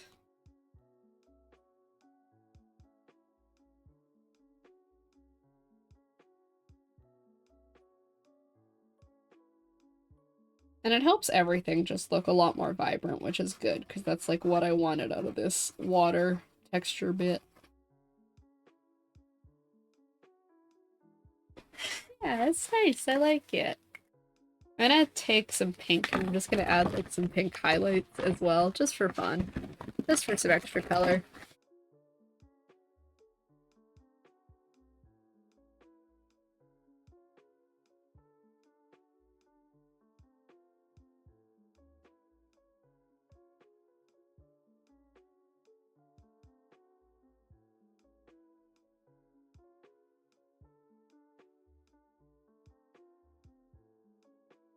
Yeah, I really like how the pink looks. That's nice.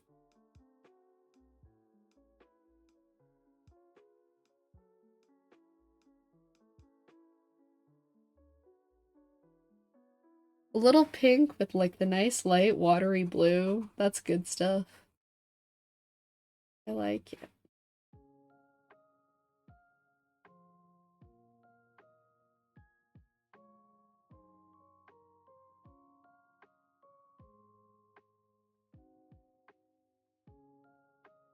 I think the pink is gonna cook. Oh, it absolutely is. I like it.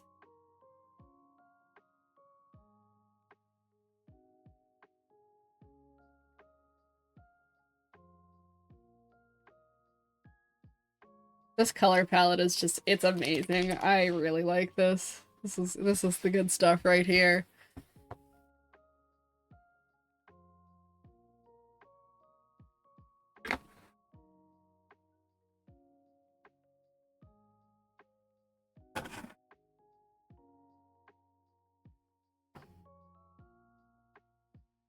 And I got pink paint on my fingers.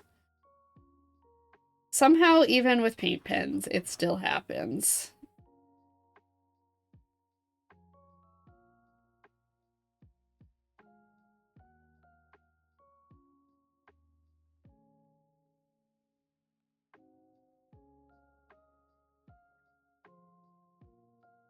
It looks like so tropical and fun. It looks very flamingo-y, I think.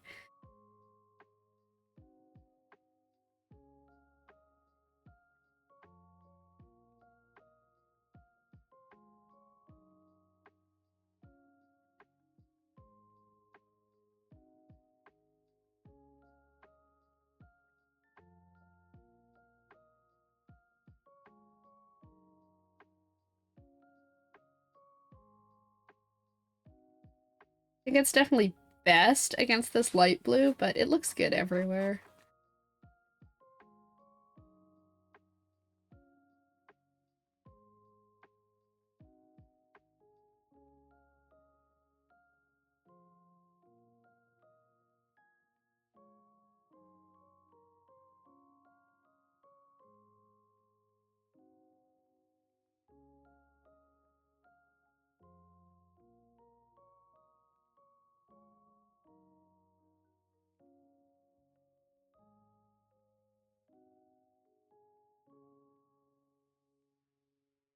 Yeah, that's fun.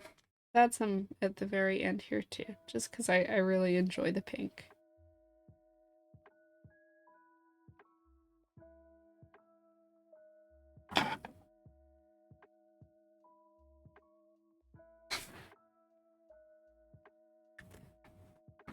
We'll do that, and then we'll do this.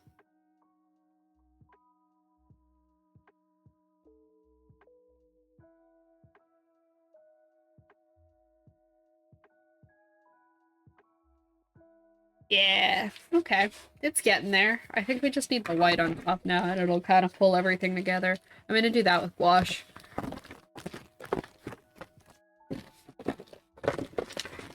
This little case for my plasticals is kind of falling apart. I might just need to be done with it and just put them in a drawer. It's like not holding together anymore. Not a big deal, it's just a piece of plastic.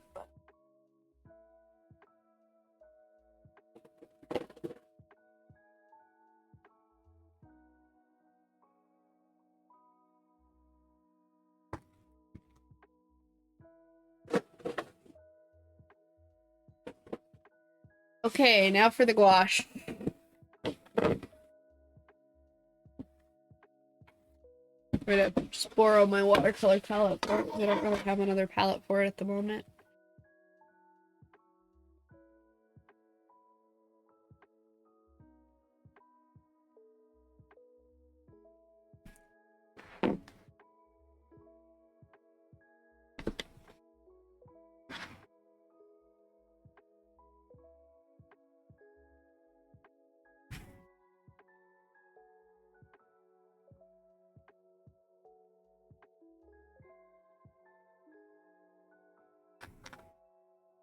Okay. And then you go over top with the white and you kind of paint like the same idea of pattern, just like in a completely different direction. Like you want lots of overlap.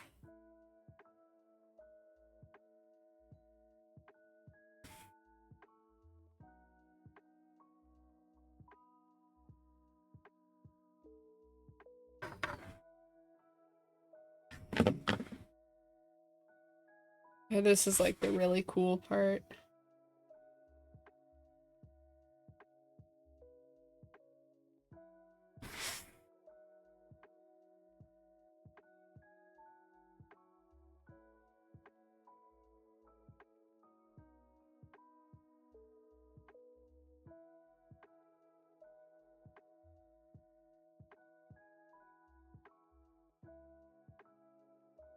Yeah, you can see it kind of starting to come together here. This is like the best part. I'm just proud of myself. I think this looks cool.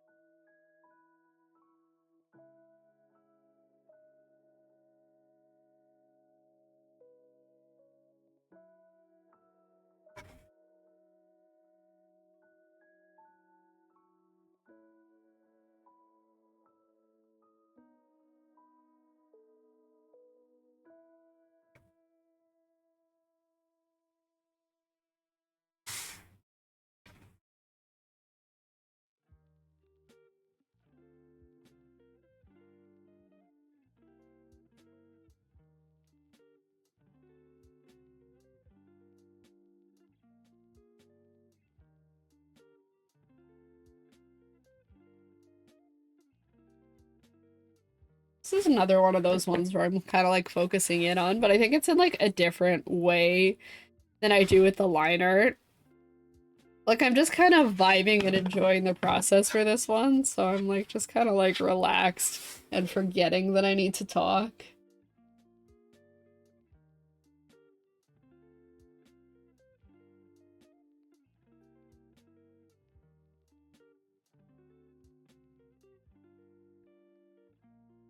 I think I've like in the 2 weeks I've been away, I've like kind of lost some of my conversational skills for Twitch. It's so sad.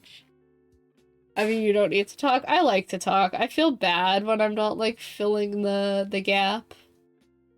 I know especially for like newer viewers too, it's good to have something to listen to while I do my painting.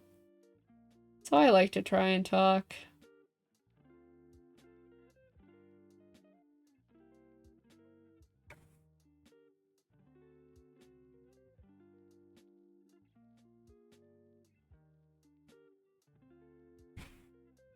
I am really liking the way this is turning out. It looks really good so far.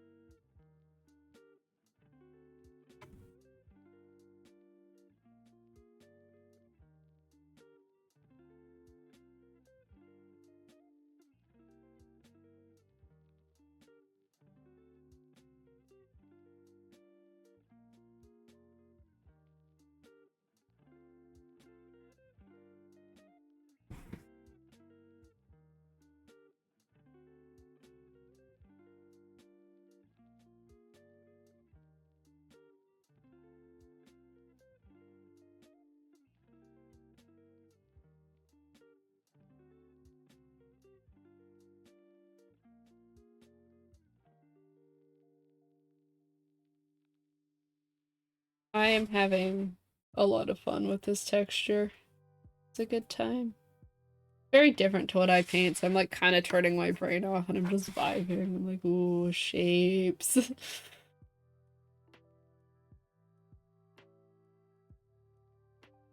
Kind of just getting to repeat these brush strokes. It's definitely gonna put me to sleep if I don't talk, so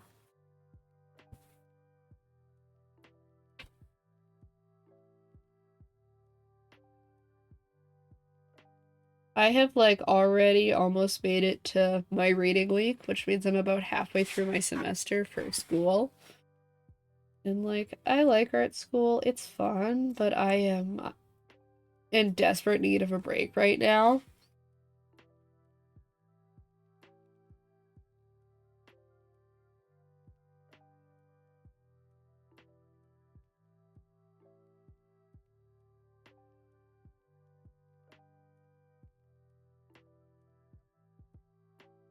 I very much need some time to just work on my personal projects, do my YouTube videos that I have a massive backlog of, do more Twitch streams. I'm excited to stream more often. That's going to be a big thing I get to do once my classes end for the semester.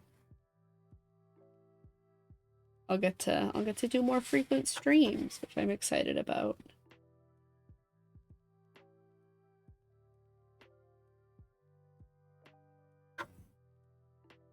How long do you get off? Well, my classes end in early April, I think. So, and then I don't have any spring or summer classes this year, so I am off until beginning of September. So a lot of months. Like most of April, May, June, July, August. About 5 months.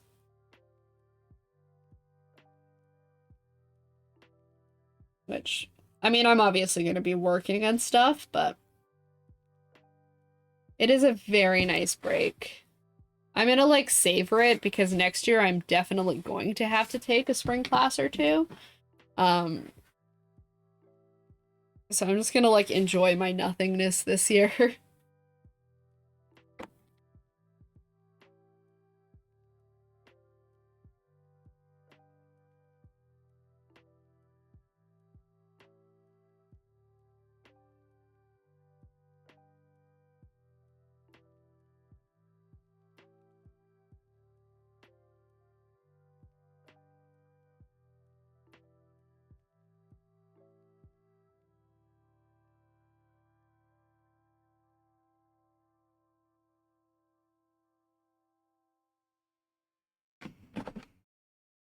Need a little more water.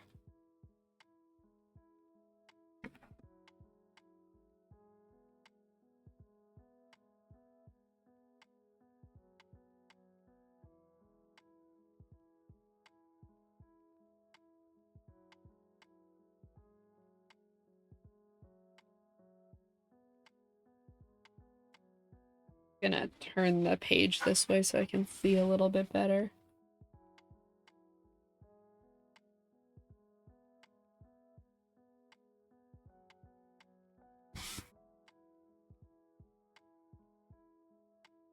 I'm also very glad that I was able to hit affiliate when I did, because it means that I'll be like all set up for a nice long streaming grind over the summer. And hopefully I can take it somewhere because I'll have lots of time to focus on it. I know affiliate's kind of like the first step in like really being able to like work at it and turn it into something bigger. I'm really hoping to grow the community a little bit, get a little bit more interest in the streams, all of that kind of stuff. I'm already like so happy with the little community we have already. So I hope we can find some more people who will fit right in with the community we've already got going here.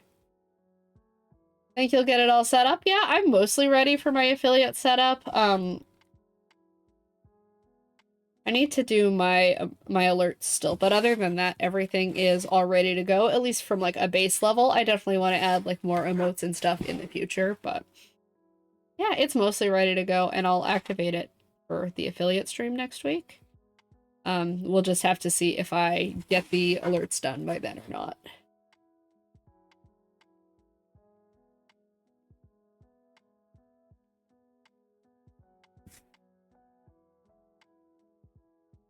It looks so good. Okay, I'm just gonna feather out the ends a little bit, I think.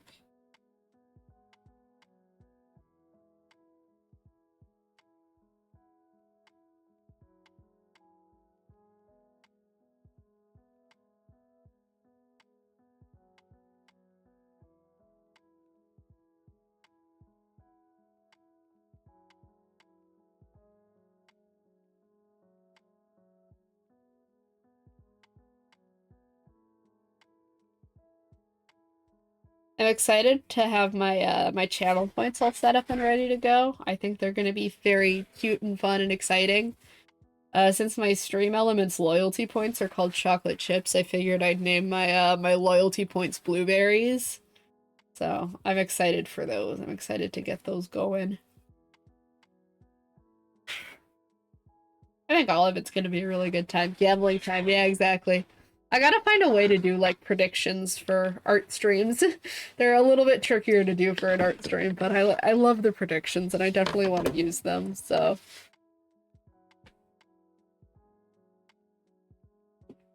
There we go. We're gonna leave that dry for a few minutes, but look at how nice it is! The water texture turned out really good. I'm happy with it.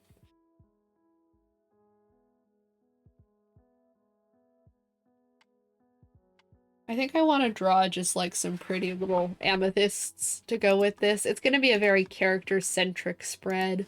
I don't really have a lot of other stuff that I want to add to it, but I think definitely we'll just do some fun little gem drawings while we wait for this to dry. I think that's going to be the plan.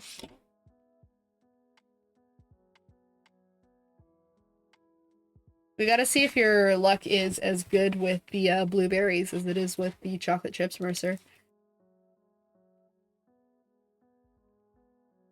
You need something like the Bob Ross stream where you can predict if he's gonna paint a cabin. That'd be funny. Something like that. I guess we could play like guessing games.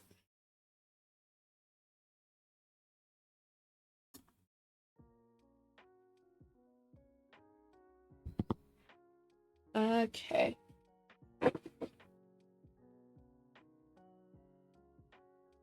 We'll use these. They're like light pink sticky notes. Oh, they don't look light pink here. I don't think there's anything I can do for that with my lighting. Sticker chance 100%. Yeah, you're throwing away points if you don't vote for that. Let me just adjust my camera really quick. I'll see if I can get the color to actually show up. Not like the biggest deal, but it's bothering me, so.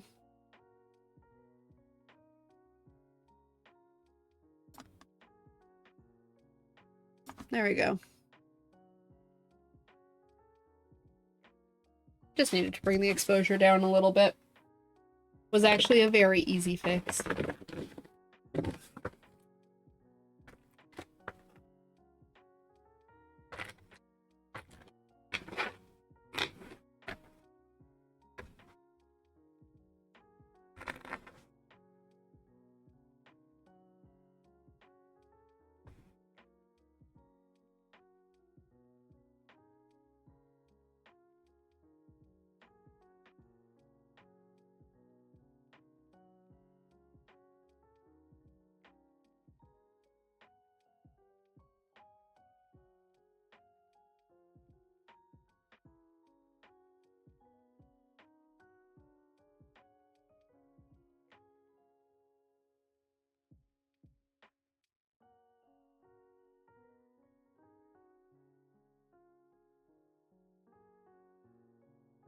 Yeah, let me find the nice light purple I was using too.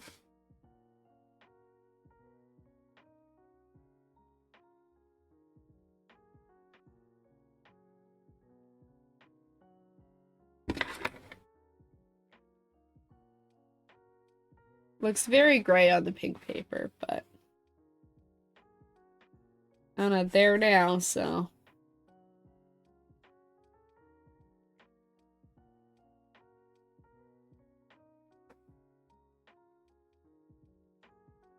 I do love doing just like little gem renders like this just for fun sometimes.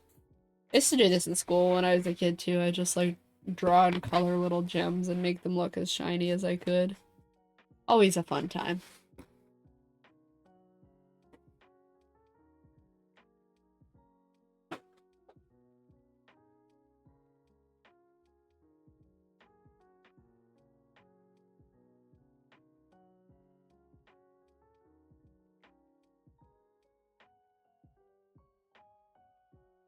Oh, this like is the exact same color as everything else. This isn't gonna help bring anything out.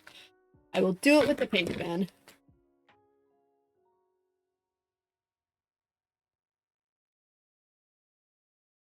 This pink Posca has been a big friend to me today.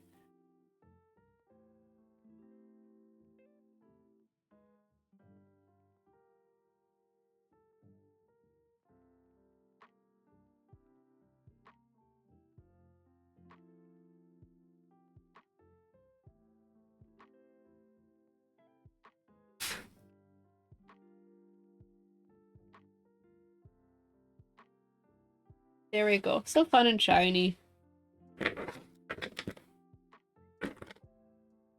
I'm gonna add some gouache on this one after it dries too, but it's amazing how well they go over each other. I know the layering is just, it's so good. Look at that. It didn't even take me very long. Yeah, we'll keep doing them in purple. The purple is fun. We'll do some other shapes though.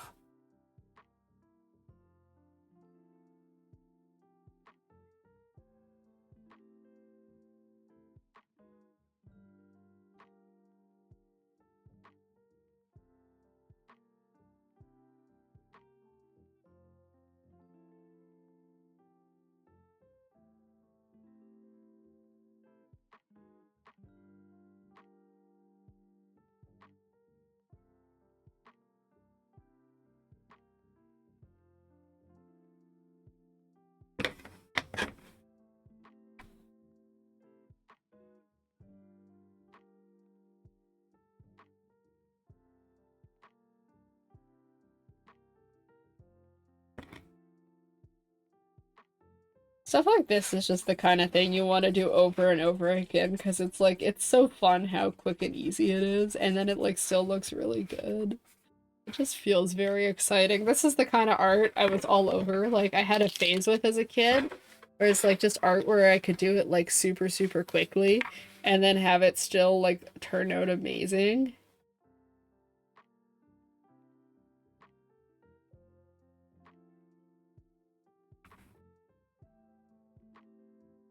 I don't know, it's just crazy how fast you can make stuff like this look super good.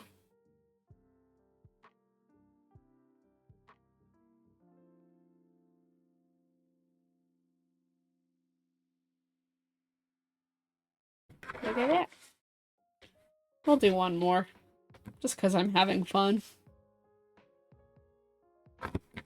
And it's nice to have, like, a few other drawings to add onto the page, even if they are just, like, me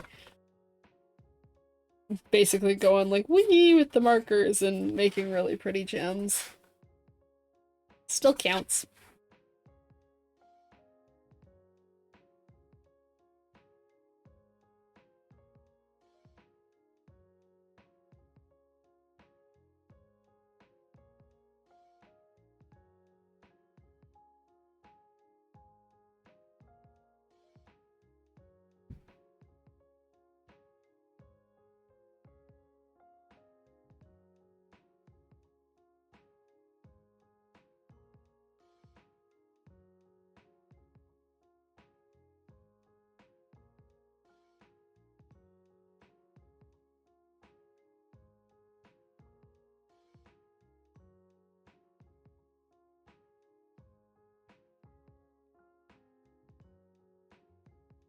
Alright, and now for the pink.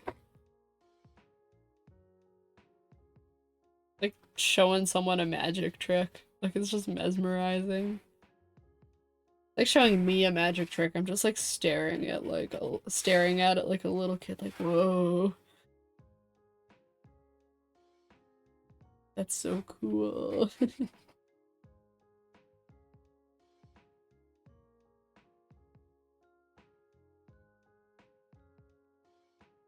Beautiful.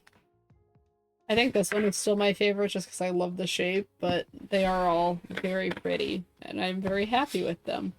We can cut them all out and they'll go just right in the sketchbook with everything else.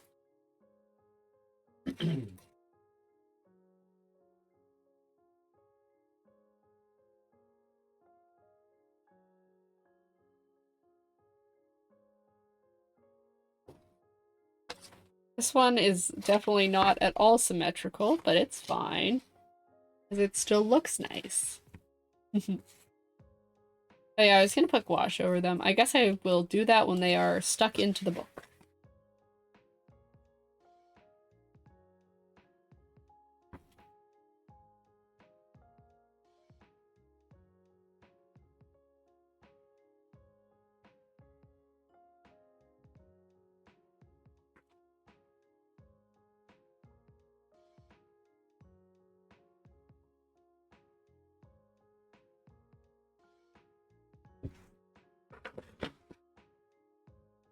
Alright, I can get rid of my little scraps now.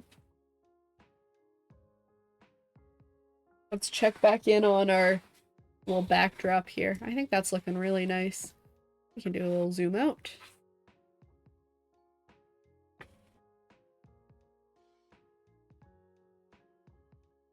Ooh, this direction.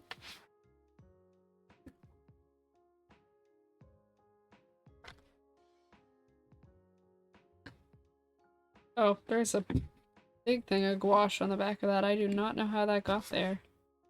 Huh. Maybe from the page.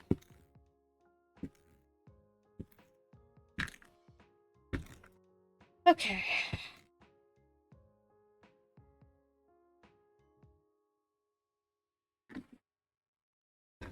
And let's line everything up.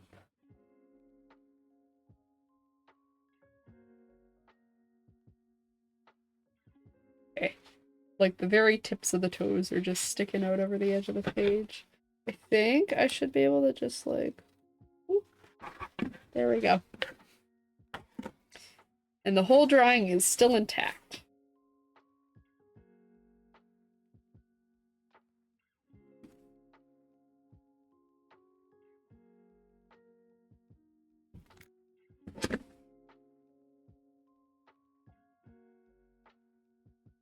We'll add the nice little gems.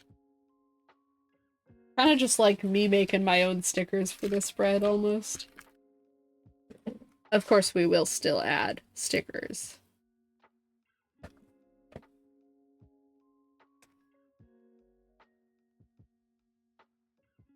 I'd say that maybe I should do like a no sticker challenge someday, but I think that's more so just like torture for me than entertaining to watch.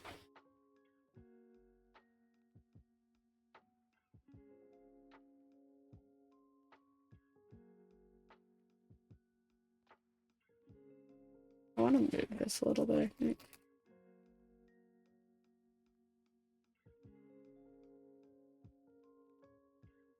Hi, Senko.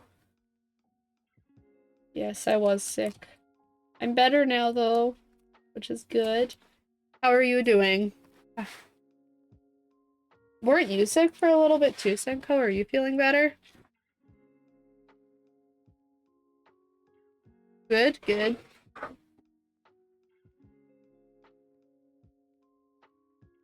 I was, but better now. Okay, good. I'm glad to hear it.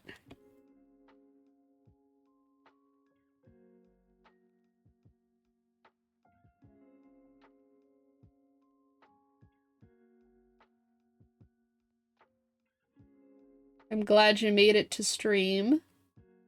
We're just finishing up page 1 of 2. I'll do the other one as well today.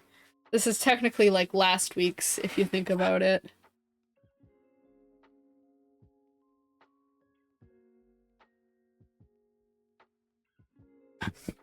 There we go. Very nice and shiny.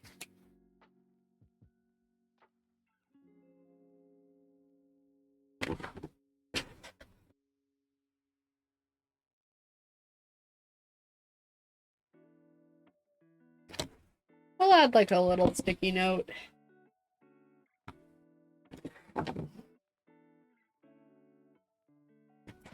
Looks really good, thank you. Those gems really do turn out great. I know, they're so fun and shiny. I'm gonna write myself a little note on here as well. Mercer said trust the process earlier, so we're gonna do trust the process.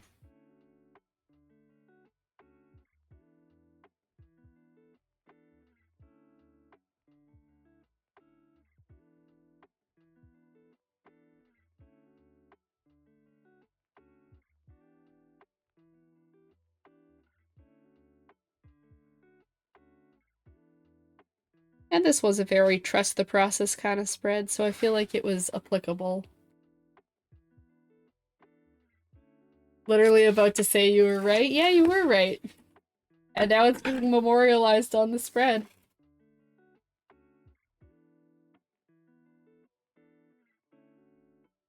This is why you should join our community. Sometimes I'll put things you say in my sketchbook.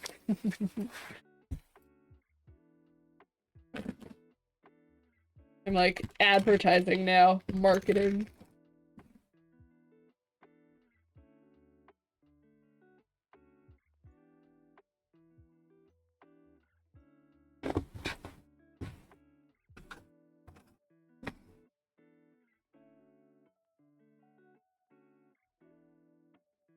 It feels a lot more like simple in style compared to what I typically do.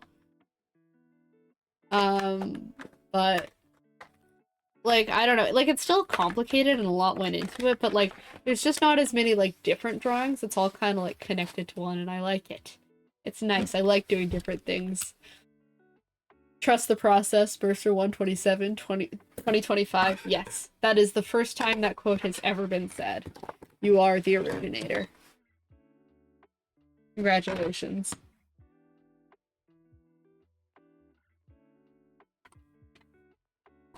Yeah, let me tuck a few of my things away and then we will sticker.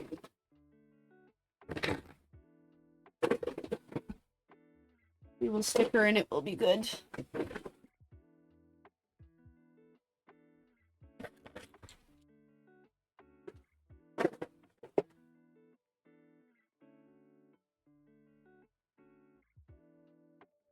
I've started just leaving my sticker book here, so I don't ever have a chance to forget it. I'm absolutely not, but I'm happy to be a fraud. Yeah, fair enough. You're at least the reason the quote is in this sketchbook spread, so that's something. I'm gonna just turn my window capture off since we're not drawing now. Or just sticker in. Mostly so I have a little bit more room on screen. I feel like I've been using all of like my galaxy and like space and like nighttime theme stickers a lot lately. And today is gonna be no different. We're using them again. I want one of these moon stickers. Like, I feel like the new moon one is perfect, right?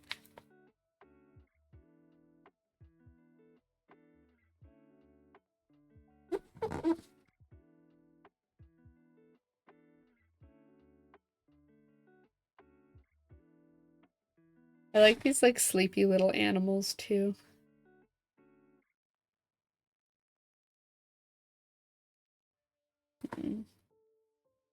I don't know. These ones are also very beautiful. I don't know. What else do we want to do? I'm feeling maybe some of these. These ones are nice and they definitely fit the vibe.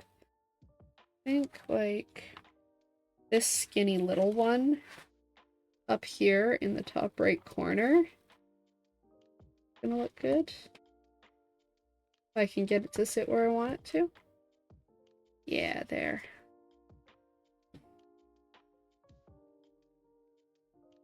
And then a bigger one in the bottom left.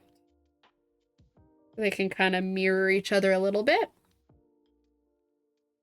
I don't want to cover up this, like, nice ocean thing too much. So it is going to be, like, a minimal sticker page. Absolutely not a no sticker page. There is never an appropriate reason for a no sticker page. But a less sticker page.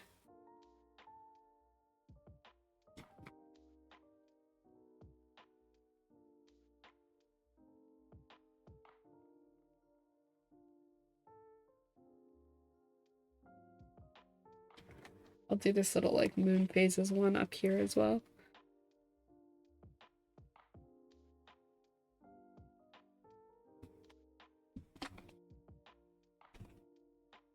Okay, I have a couple more I want to look at for sticker options, and then we can wrap up this page, that is. Obviously, we still have more to do. No, it wasn't this one. It was the next one, I think. Yeah. I want these gems.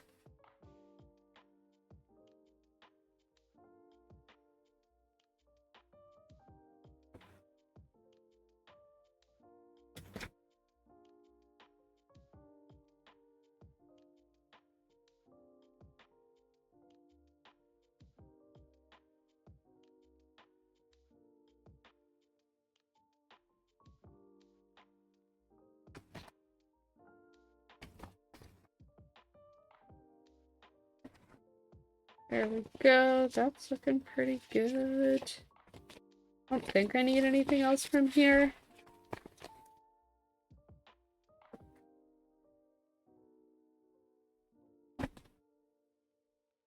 Yeah, I think that's pretty good.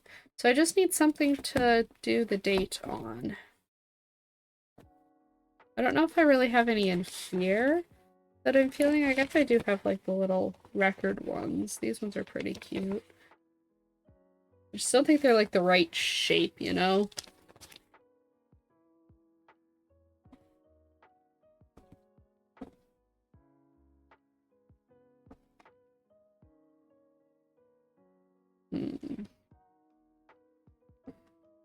So maybe not a sticker one then.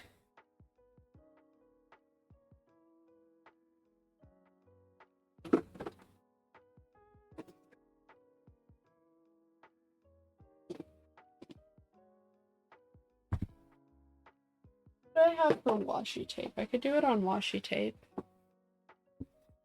Can't wait until the nice weather starts again this year. I want to see my garden in the sunlight, and since I moved during in the winter, I haven't yet. Yeah, that's fair. Tired of everything being dead. Me too. I agree. I am also really tired of the winter, but I mean, I don't know about you, but I'm getting, like, hit with it right now. I think we're supposed to get more snow. It's been snowing quite consistently, and I'm not really a big fan of that.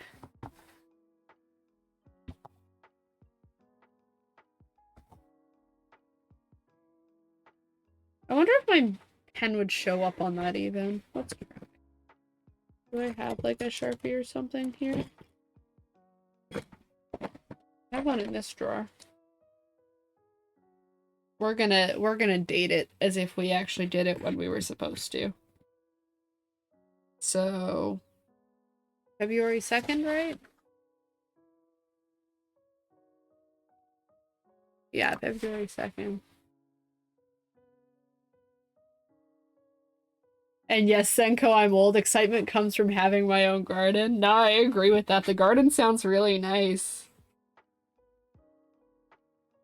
Maybe we're all old.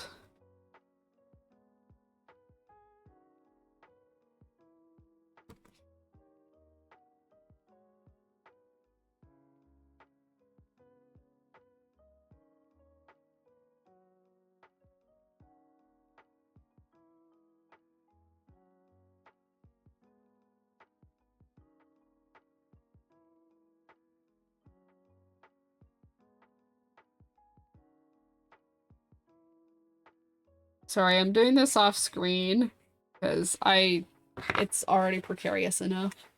There we go.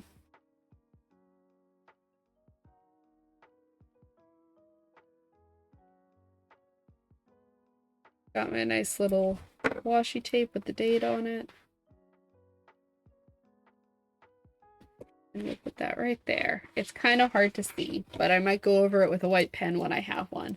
That's a later issue, though. We'll worry about that in due time. All right, that is sketchbook spread number 1 complete. I'm proud of it. I like it. Oh, it's 12:30. When did it get to be 12:30? Damn. We're still gonna do sketchbook spread number 2. I have less ambitious plans for sketchbook spread number 2. But I am gonna go take a quick break. And then yeah, we will work on the next page when I get back. So I'll see you guys in 5 minutes probably-ish. I'll see you guys shortly.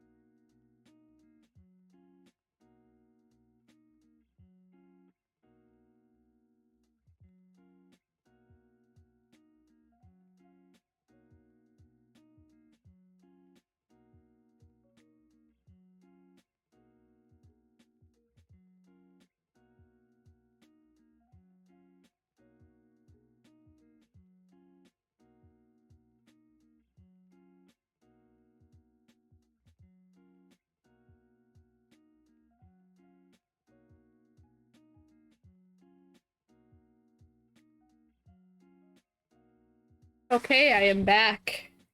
For spread 2, I definitely want to do something a little bit more, like, quick and sketchy, especially given how complicated that ended up being.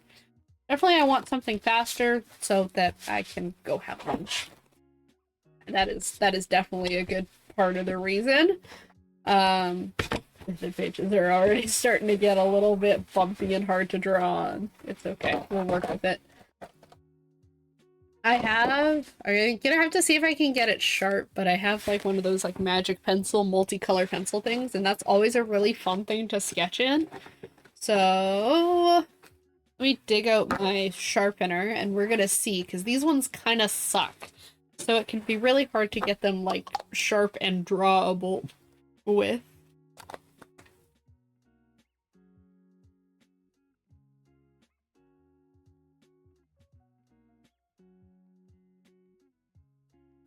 I did not realize how, like, late it had gotten already. I guess the time flies when you're having fun, as they say.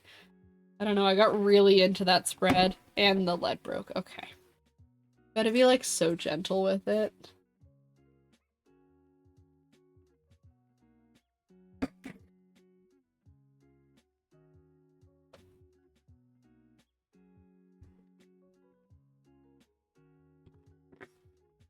Let's see here.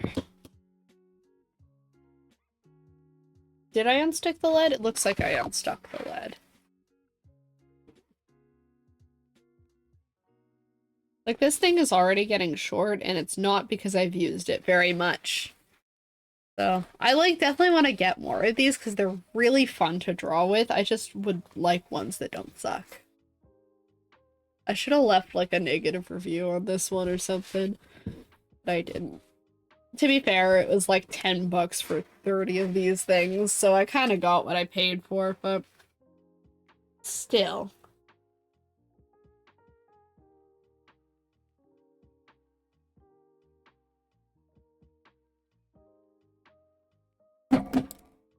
Yeah, this might not work. It's being stubborn. Yeah, okay, I'm giving up on it. We're gonna do something else. We're just gonna do our sketches in my good old highlighter. I'll do my highlighter with pen over top kind of combo. I have a few little sketchies that I want to do. Let me bring up the board. Here's my window capture. I have an Animal Crossing villager up there because I kind of had an idea for a human design for her, and I was saying earlier that I was maybe going to do that for a video, design all of them, and draw their cute little houses. So I maybe want to start with like just a sketch of her to try and figure out what I would do for a human design.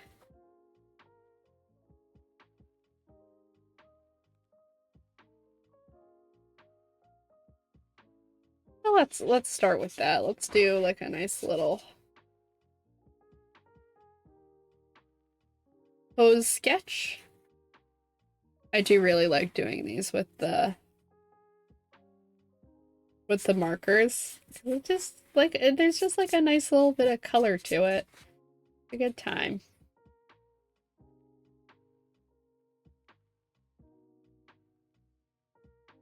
I think if I had some more sketchbook space to work with, I'd make her pretty tall. That's the vibes I get.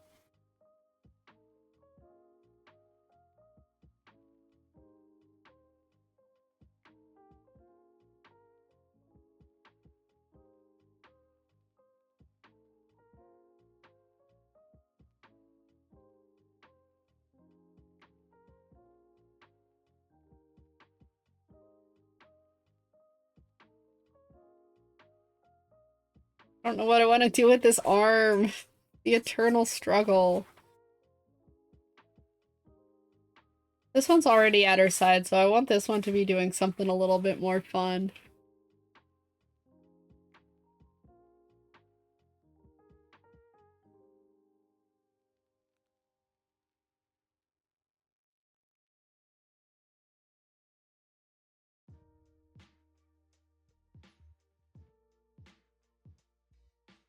Maybe I'll just do a friendly little wave.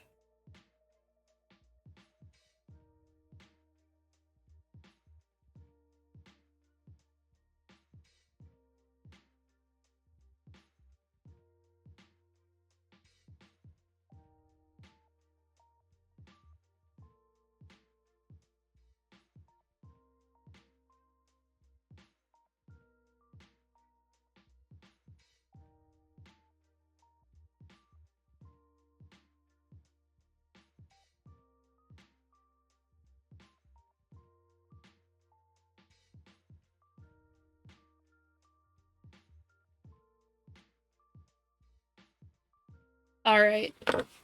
There's a nice little base. So my vision for this, right?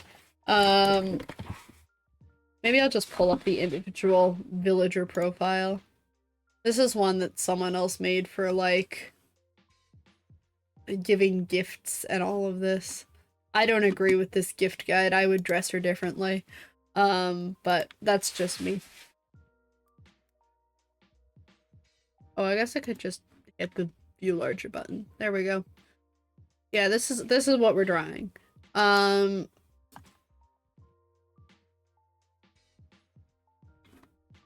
You can see she is a horse.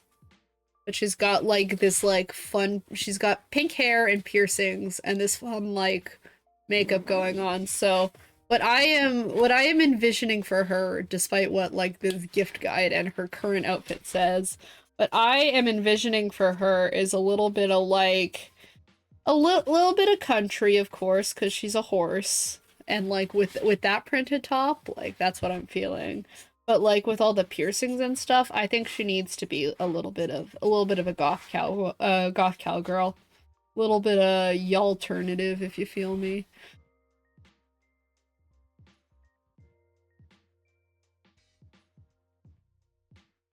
So we'll give her some cowboy boots.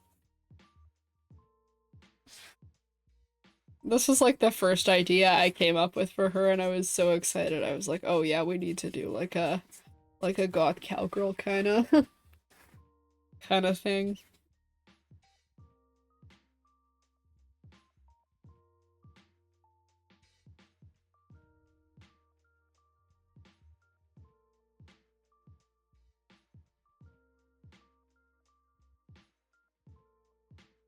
Where I'm from, in Canada, like I'm out on the prairies, so like all the farmland, but like I still live in a big city.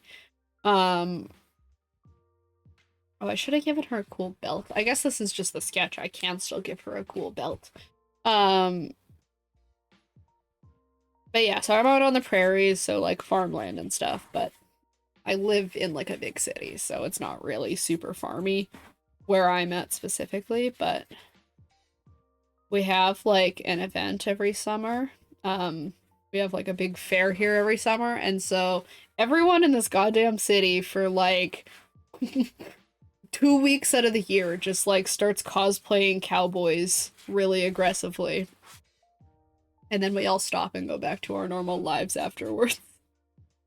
It's really funny. And I do also partake in the trend. Although my outfits are definitely a little bit more on the alternative side, because I would not be caught dead in real Western clothes. Come on. Okay, she definitely needs a little bit more like goth in this outfit so far.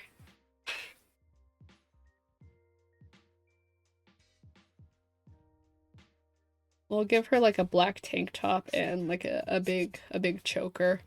And maybe like one of those like spider web um word cardigans. That's what the word is.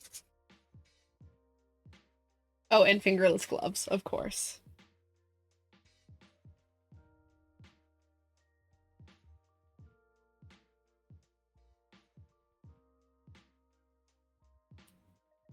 Step aside, cyberpunk. It's time for Western punk to shine. Hell yeah. I think that would be so vibey.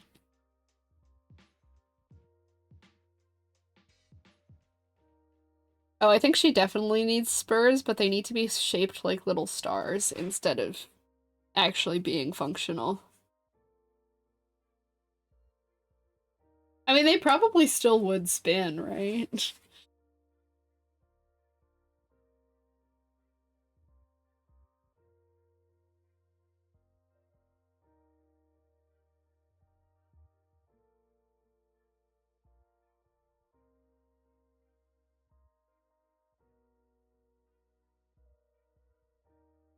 She gotta have these big dramatic sleeves, I feel.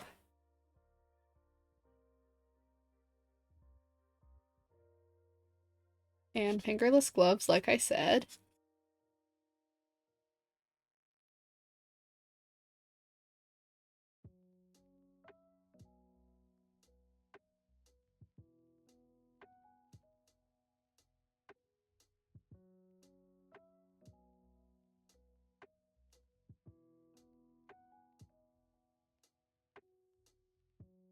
I don't really even like spiders. We probably all know how I feel about spiders around here, but I must admit I do love like crochet stuff that has a spider web pattern in it. I think it looks so cool.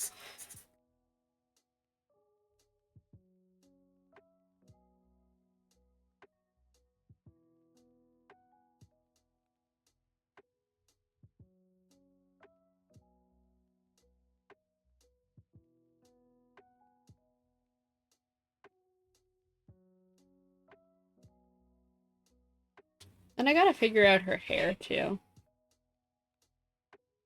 It's pink and she's kind of got this like little swoosh with it, so we're gonna keep that up. I feel like she needs a side shave though. That might just be my own bias, because I mean, look at my avatar, but I feel like she needs that and her hair needs to be like longer.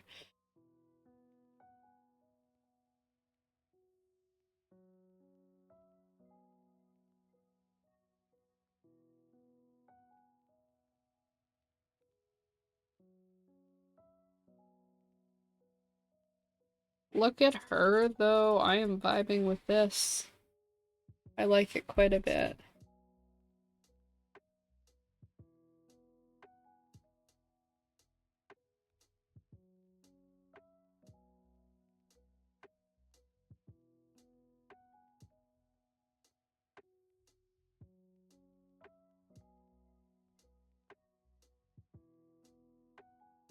There.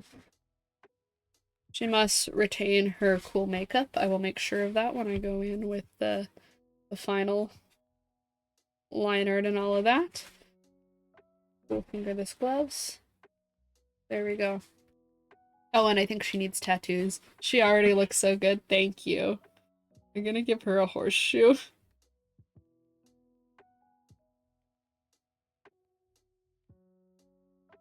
I don't know. What other tattoos do we think she needs, y'all?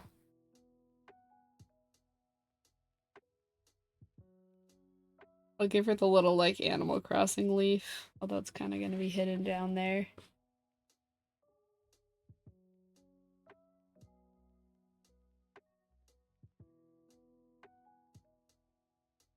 It can add as I think of them. I kind of just like the horseshoe tattoo. It's very cute.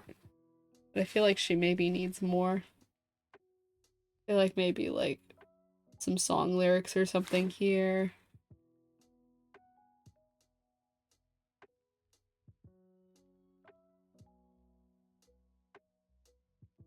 Spooky little black cat, which I will add further detail to later.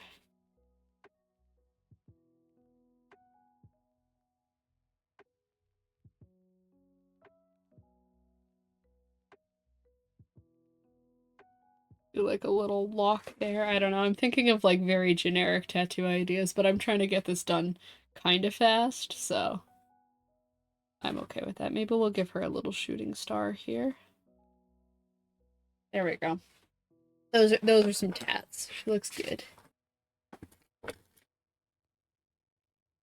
And now I'm going to do something dangerous, and this is going to be all I have for sketch, so the rest of the detailing is going to happen with the line work, which I scare myself sometimes when I do this, but it does often end up looking really cool, so we're trusting the process. That's the motto for today, right?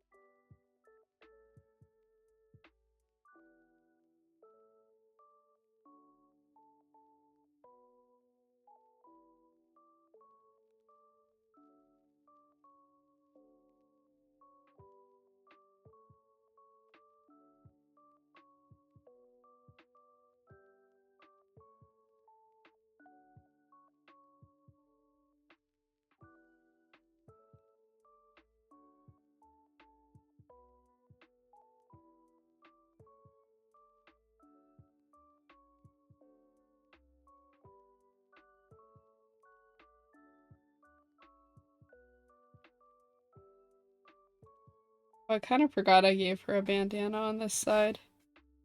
Oops. And I messed up my line art a little bit too. Oops, it's fine. We'll worry about it later. It can all be fixed. I'm kind of enjoying doing this like sketchier vibes page.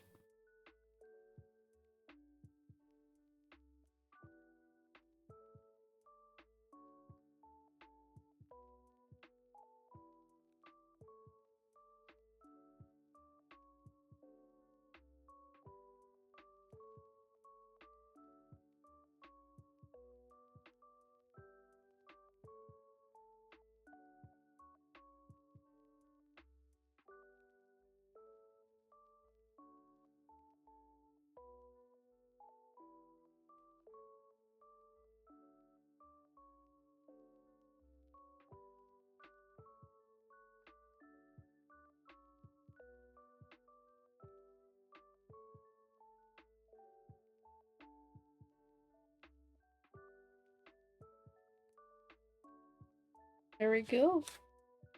That's the thick outlines at least. Go and separate out everything else.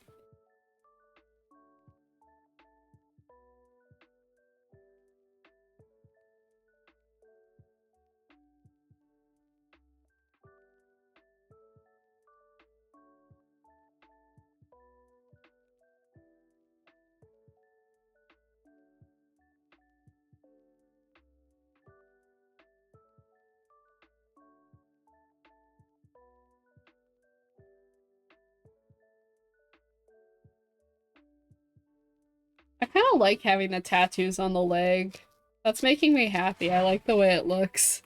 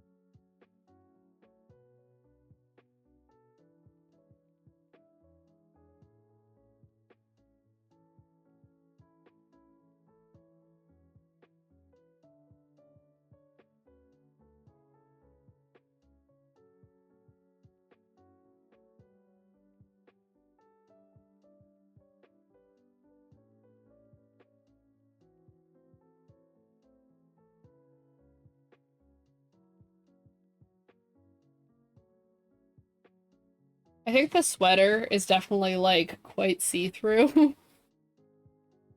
That's my vision for it. I think it's more of a statement piece than it is like actually to keep her warm. Which is fair. I have some jackets like that.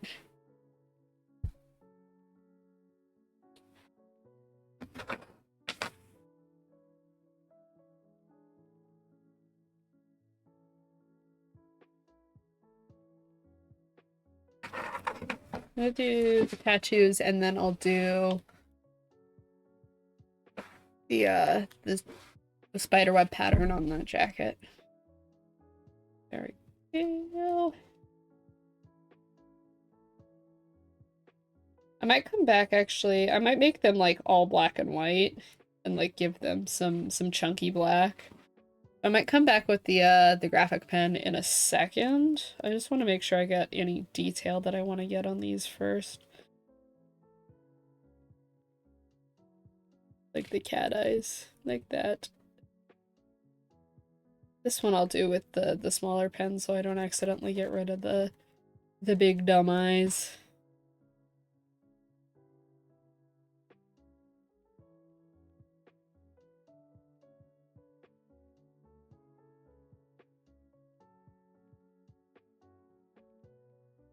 Okay, the graphic pen.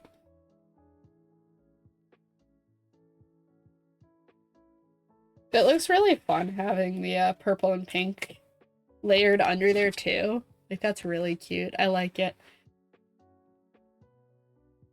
And I think I actually will use the graphic pen for the spiderweb pattern too, just so it's a little bit more noticeable.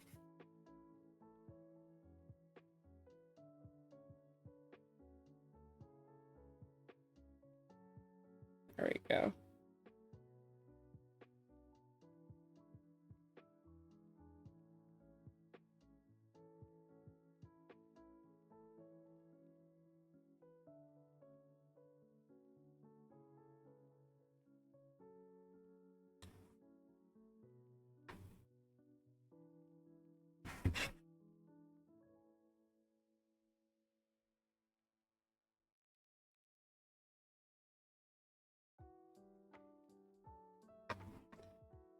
I'm not really sure how the logistics of this works going up the arm, but it's fine.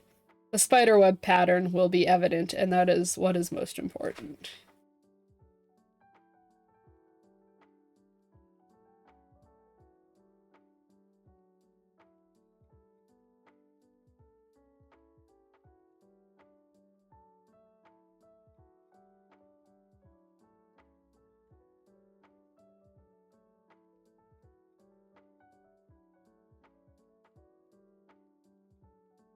I'm not trying to think too hard about it because, like I said, sketchy.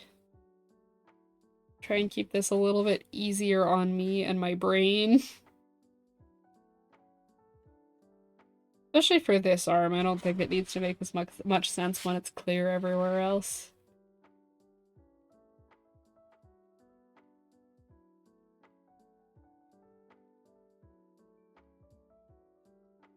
I'm gonna color in some of these areas pure black, but I will wait until I finish the face, I think.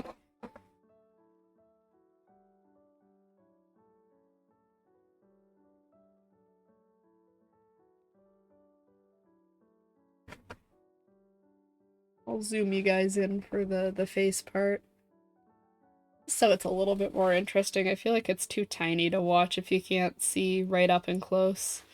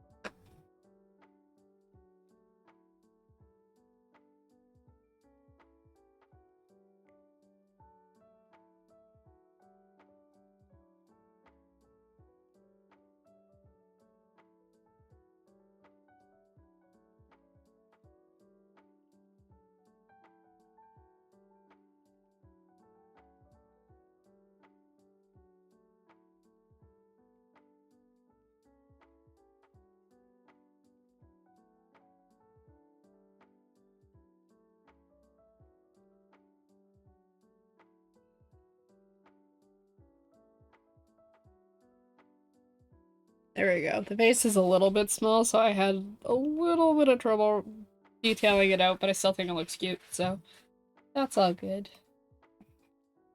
I'll definitely have to, like, work on this design a little bit, but I do like it. I am a fan. Just gonna fill in some of these spots that I want to be black or mostly black.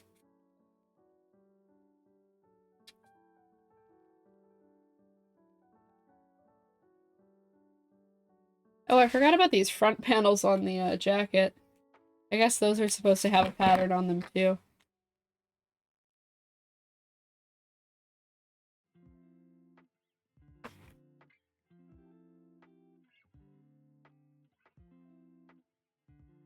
There we go. That looks all right. Back to making things black.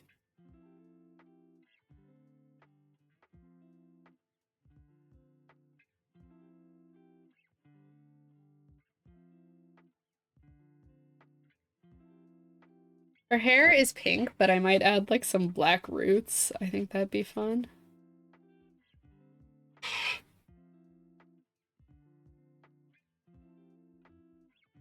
Do some hatching on the boots. And on the legs.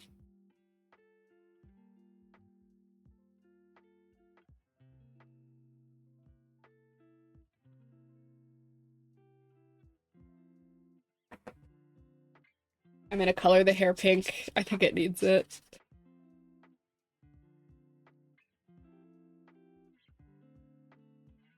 There we go. It's cute. I like. Fun little bit of design there. I think I'm gonna draw like, he looks so cool I can't express it, thank you. I mean, it's hard not to make a goth character look cool, but I am a big fan of the outfit.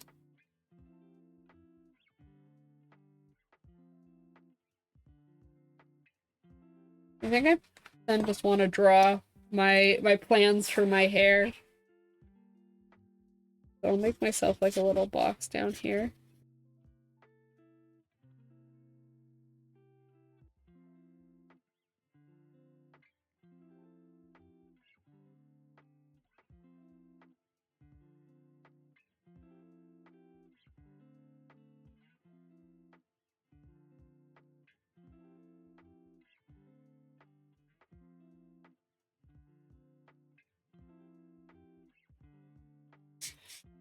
Don't draw like IRL me that is not an avatar on here in here very often, so this is like a rare treat.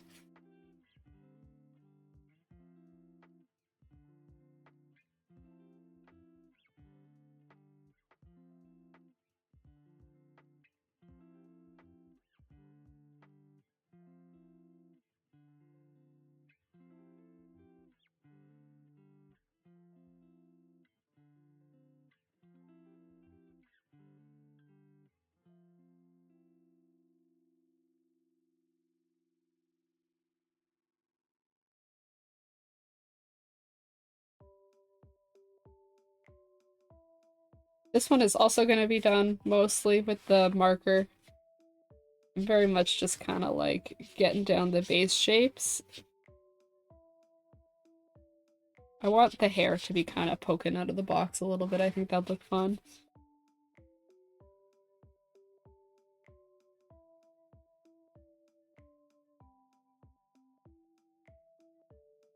Look like kind of mullety. Yeah. And then a couple of braids there.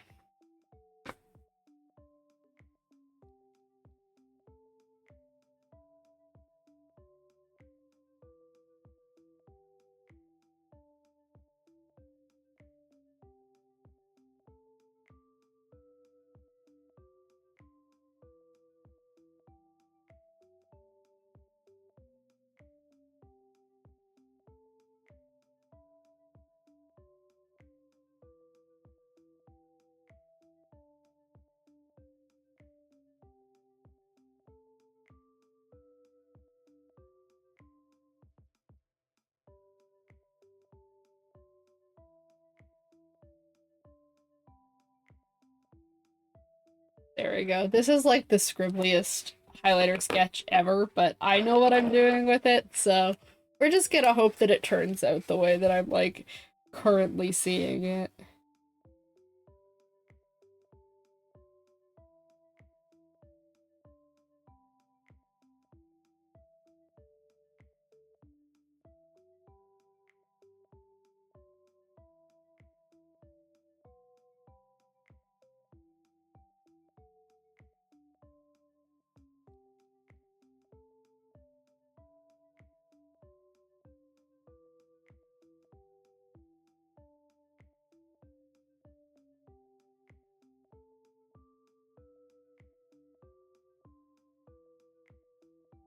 Drawing braids is not something I'm ever going to be good at. I'm like so convinced. I've accepted my fate. Braids, just not meant to draw them. They're hard.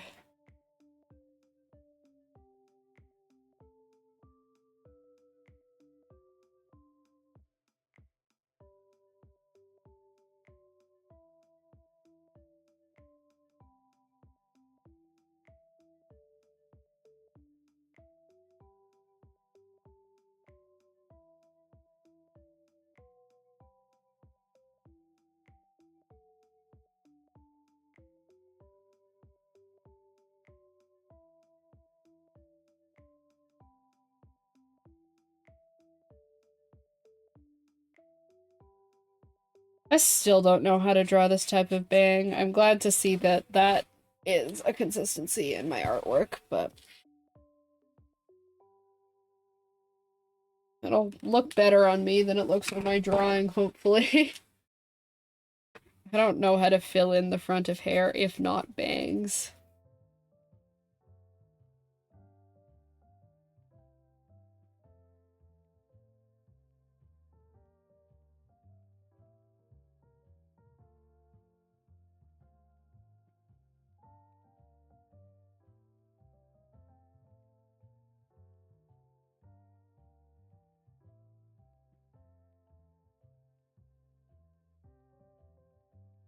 I might change the expression a little bit. I don't know if the tongue out is working for me.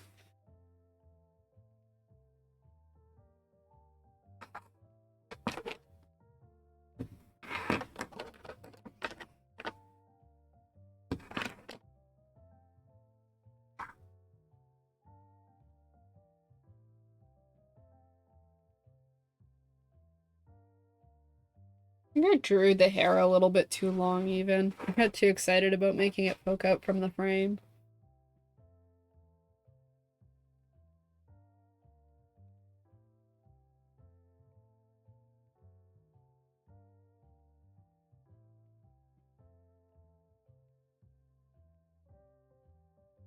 This is not the 8 I thought I was using. There we go.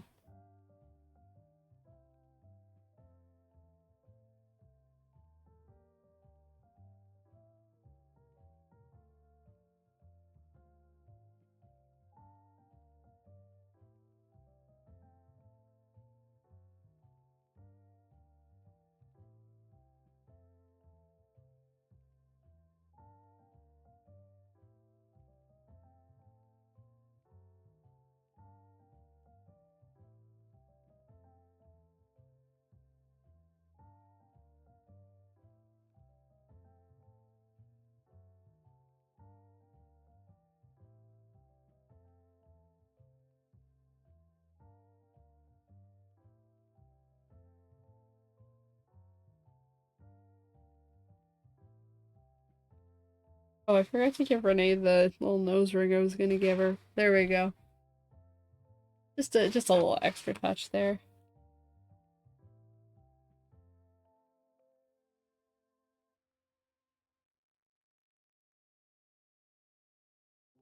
I also always give myself this expression when I draw myself, so it feels right.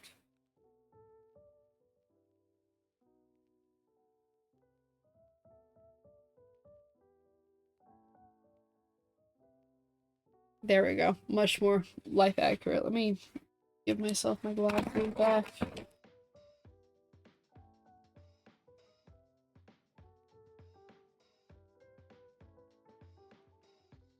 don't think I ever draw my glasses like life accurate, even when I'm drawing myself like closer to life. I just draw them round. They're just circles.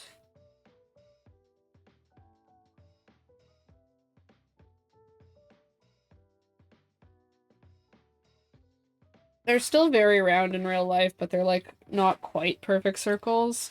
I don't know. The shape they're at looks good on me IRL. It does not look good on me in drawings. I don't know how to explain it. I think I kind of like butchered the way the style I want looks anyway, but that's fine.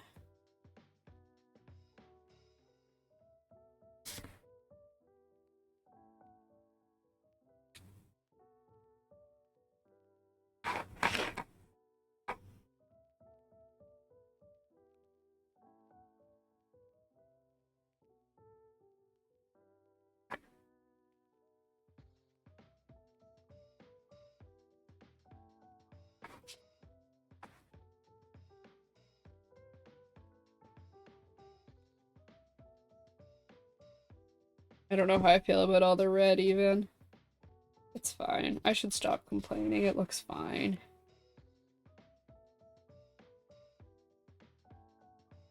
Commit myself to doing shadows with the red. It'll be fine. I don't know if that actually helped. I kind of don't like that either, but ease what it is. I'm not gonna stress too hard about it.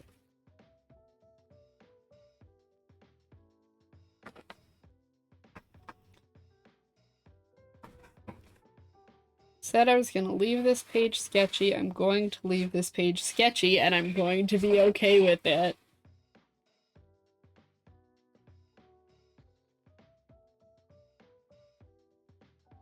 The nature of leaving things sketchy is sometimes things do not turn out perfectly.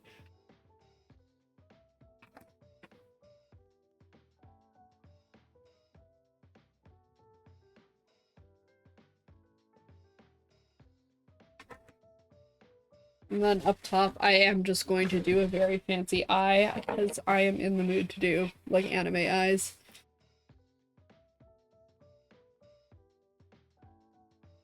Just for the funs. Just for the nostalgia of drawing an eye and nothing else, just to feel cool about it. I think we've had this discussion on stream before, even.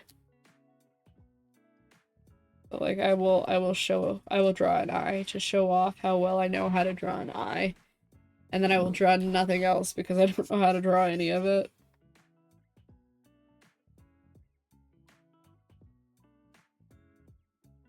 I do very much still enjoy doing, like, the big sparkly eye drawings, though, from time to time.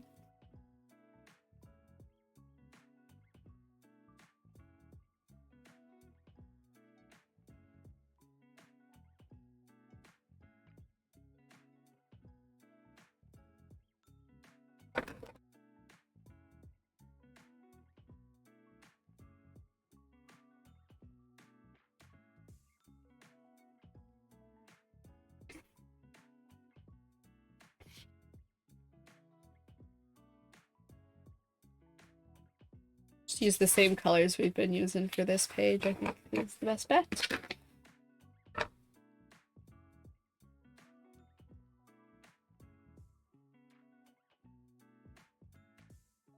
I think it kind of is ending up in very similar colors to the one I'm using as reference up there, or I used for inspiration for this spread, but to be fair, I think that's where the color inspiration came from, was from that drawing, so I guess that's why the colors are, again, now turning out similar. I kind of just picked the three markers that kind of called to me first, so I guess that drawing was probably the originator.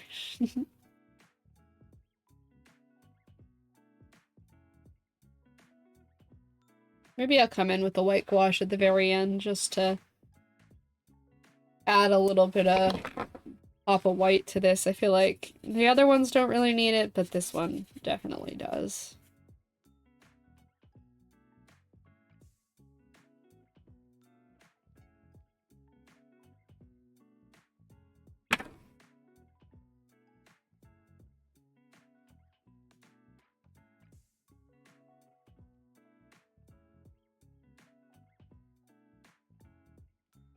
This one is being nice and quick and sketchy. I am enjoying that part.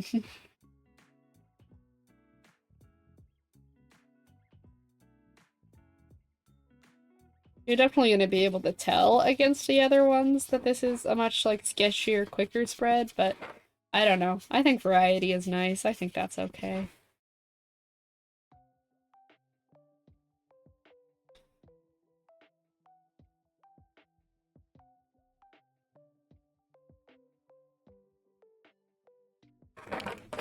Alright, let's add some line art.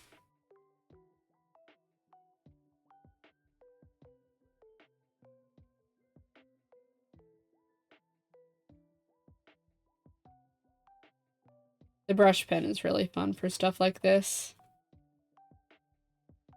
It's like kind of what it was made for, I feel.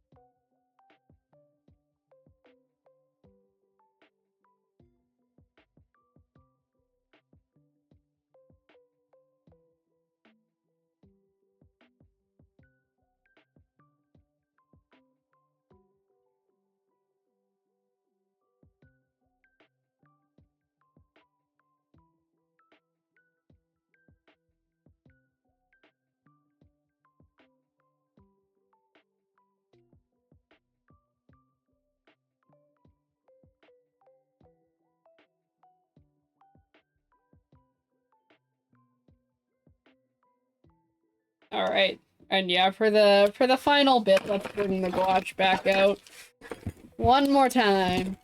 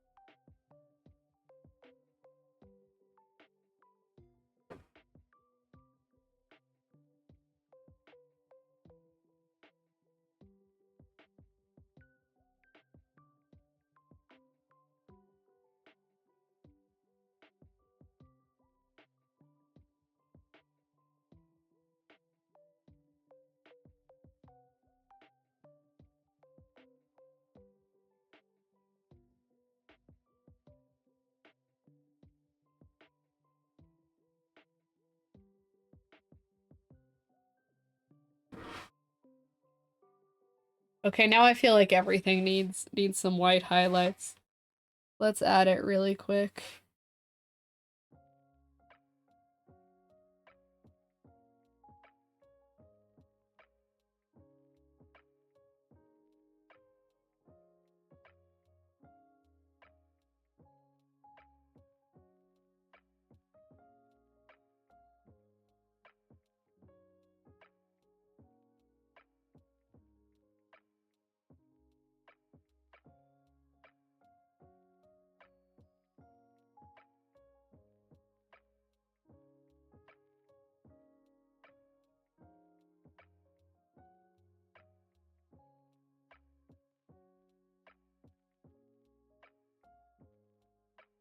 There we go. This one, I think for sure needs some stickers. I even have some stickers in mind. One of the newer packs I got. Turn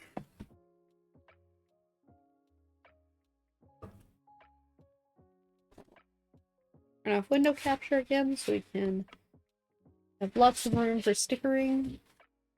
That out of the way for us.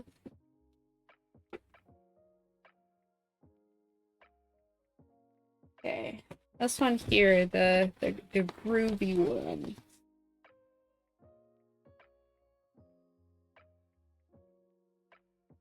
I think there's definitely some stuff in here. Should be, at least.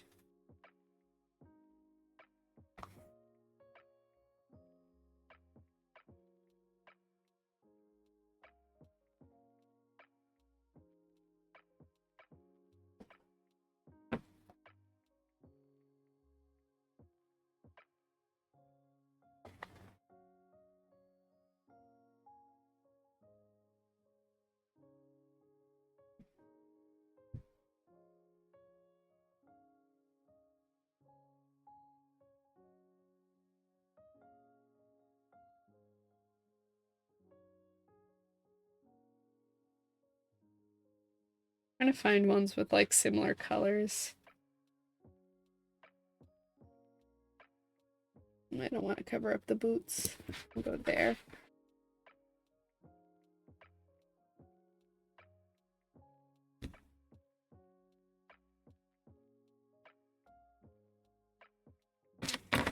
Yeah, let's see what else we've got.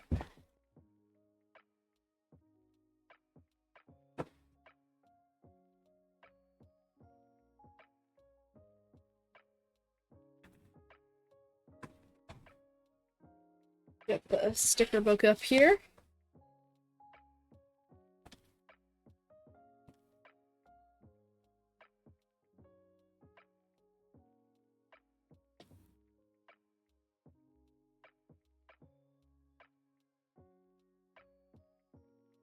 Kind of having trouble finding stickers. That's not good. Typically I have like a sticker for everything.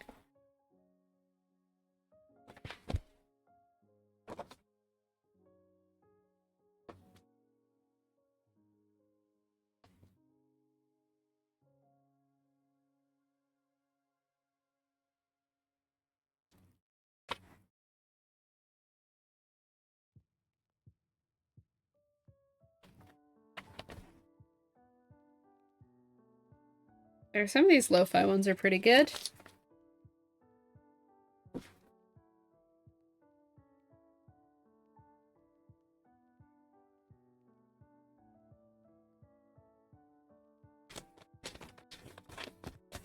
Hello! How are you doing? Welcome to stream.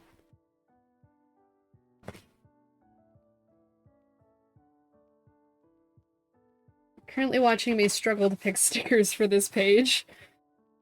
This one's pink, this'll work. Alright, chilling and working on some characters? Nice. That sounds very fun.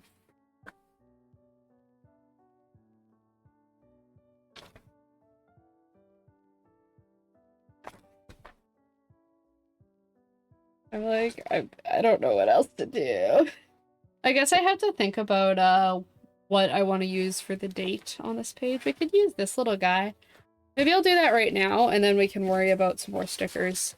I have at least some that are like nice and teeny tiny that we could use to cover the rest of the page. So hopefully that'll work. It's the 9th today. Nope, that's definitely supposed to be a slash and not a dash. Apparently just forgotten how to write the date now. There we go. All good. And I'm gonna put that one just down. Bottom here. I'm trying to preserve the cowboy boots. But alas, I keep covering them up with other stuff. I want to move this little cat so you can at least see one of the spurs. The spurs are very important to me. There we go. Alright, now let's see if I can find like some little tiny stickers that'll work for this. I think that's definitely the vibe for this page. I know I have some from this set. And I should have some from this set as well. If I can find them. There they are. Little object stickers. Not that they're showing up on camera, but you're gonna have to trust me on this one.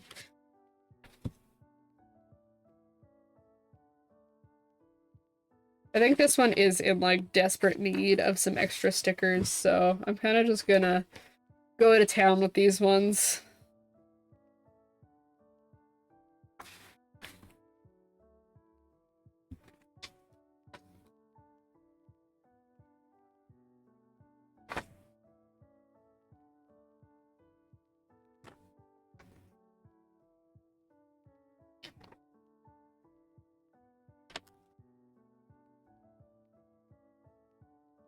I don't know, I feel like I'm constantly trying to strike a decent balance between, like, enough stickers and too many stickers, and also, like, what I'm doing to, like, try and get the stickers to feel like they're a part of the spread and not just extra that I put on there. I don't know. It's a fine line I'm walking here.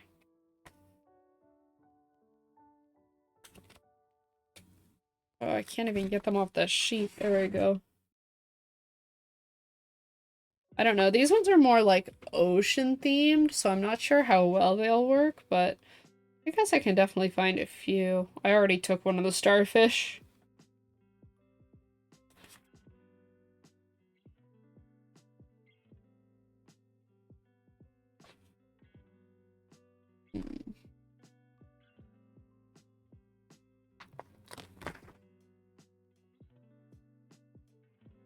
It's starting to get there. It's looking a little more complete.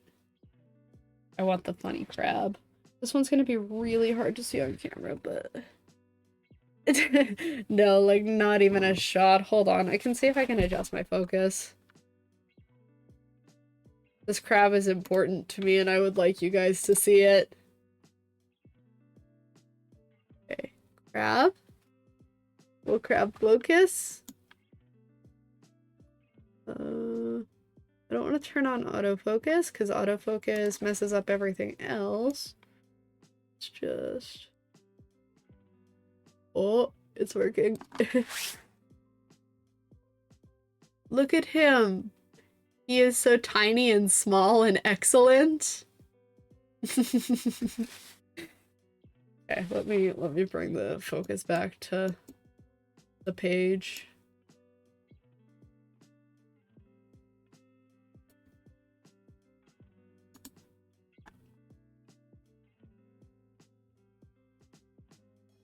Let's go, little crab. Yeah.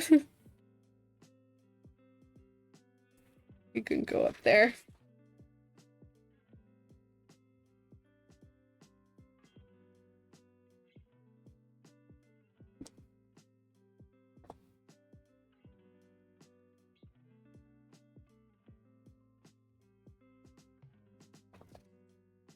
There we go. The clutter is starting to feel a little bit more cohesive. I like it. I think that one's good for just a nice little sketchy vibes. Nice little sketchy vibes spread. I am quite pleased with that one. I like that a lot. That is good stuff.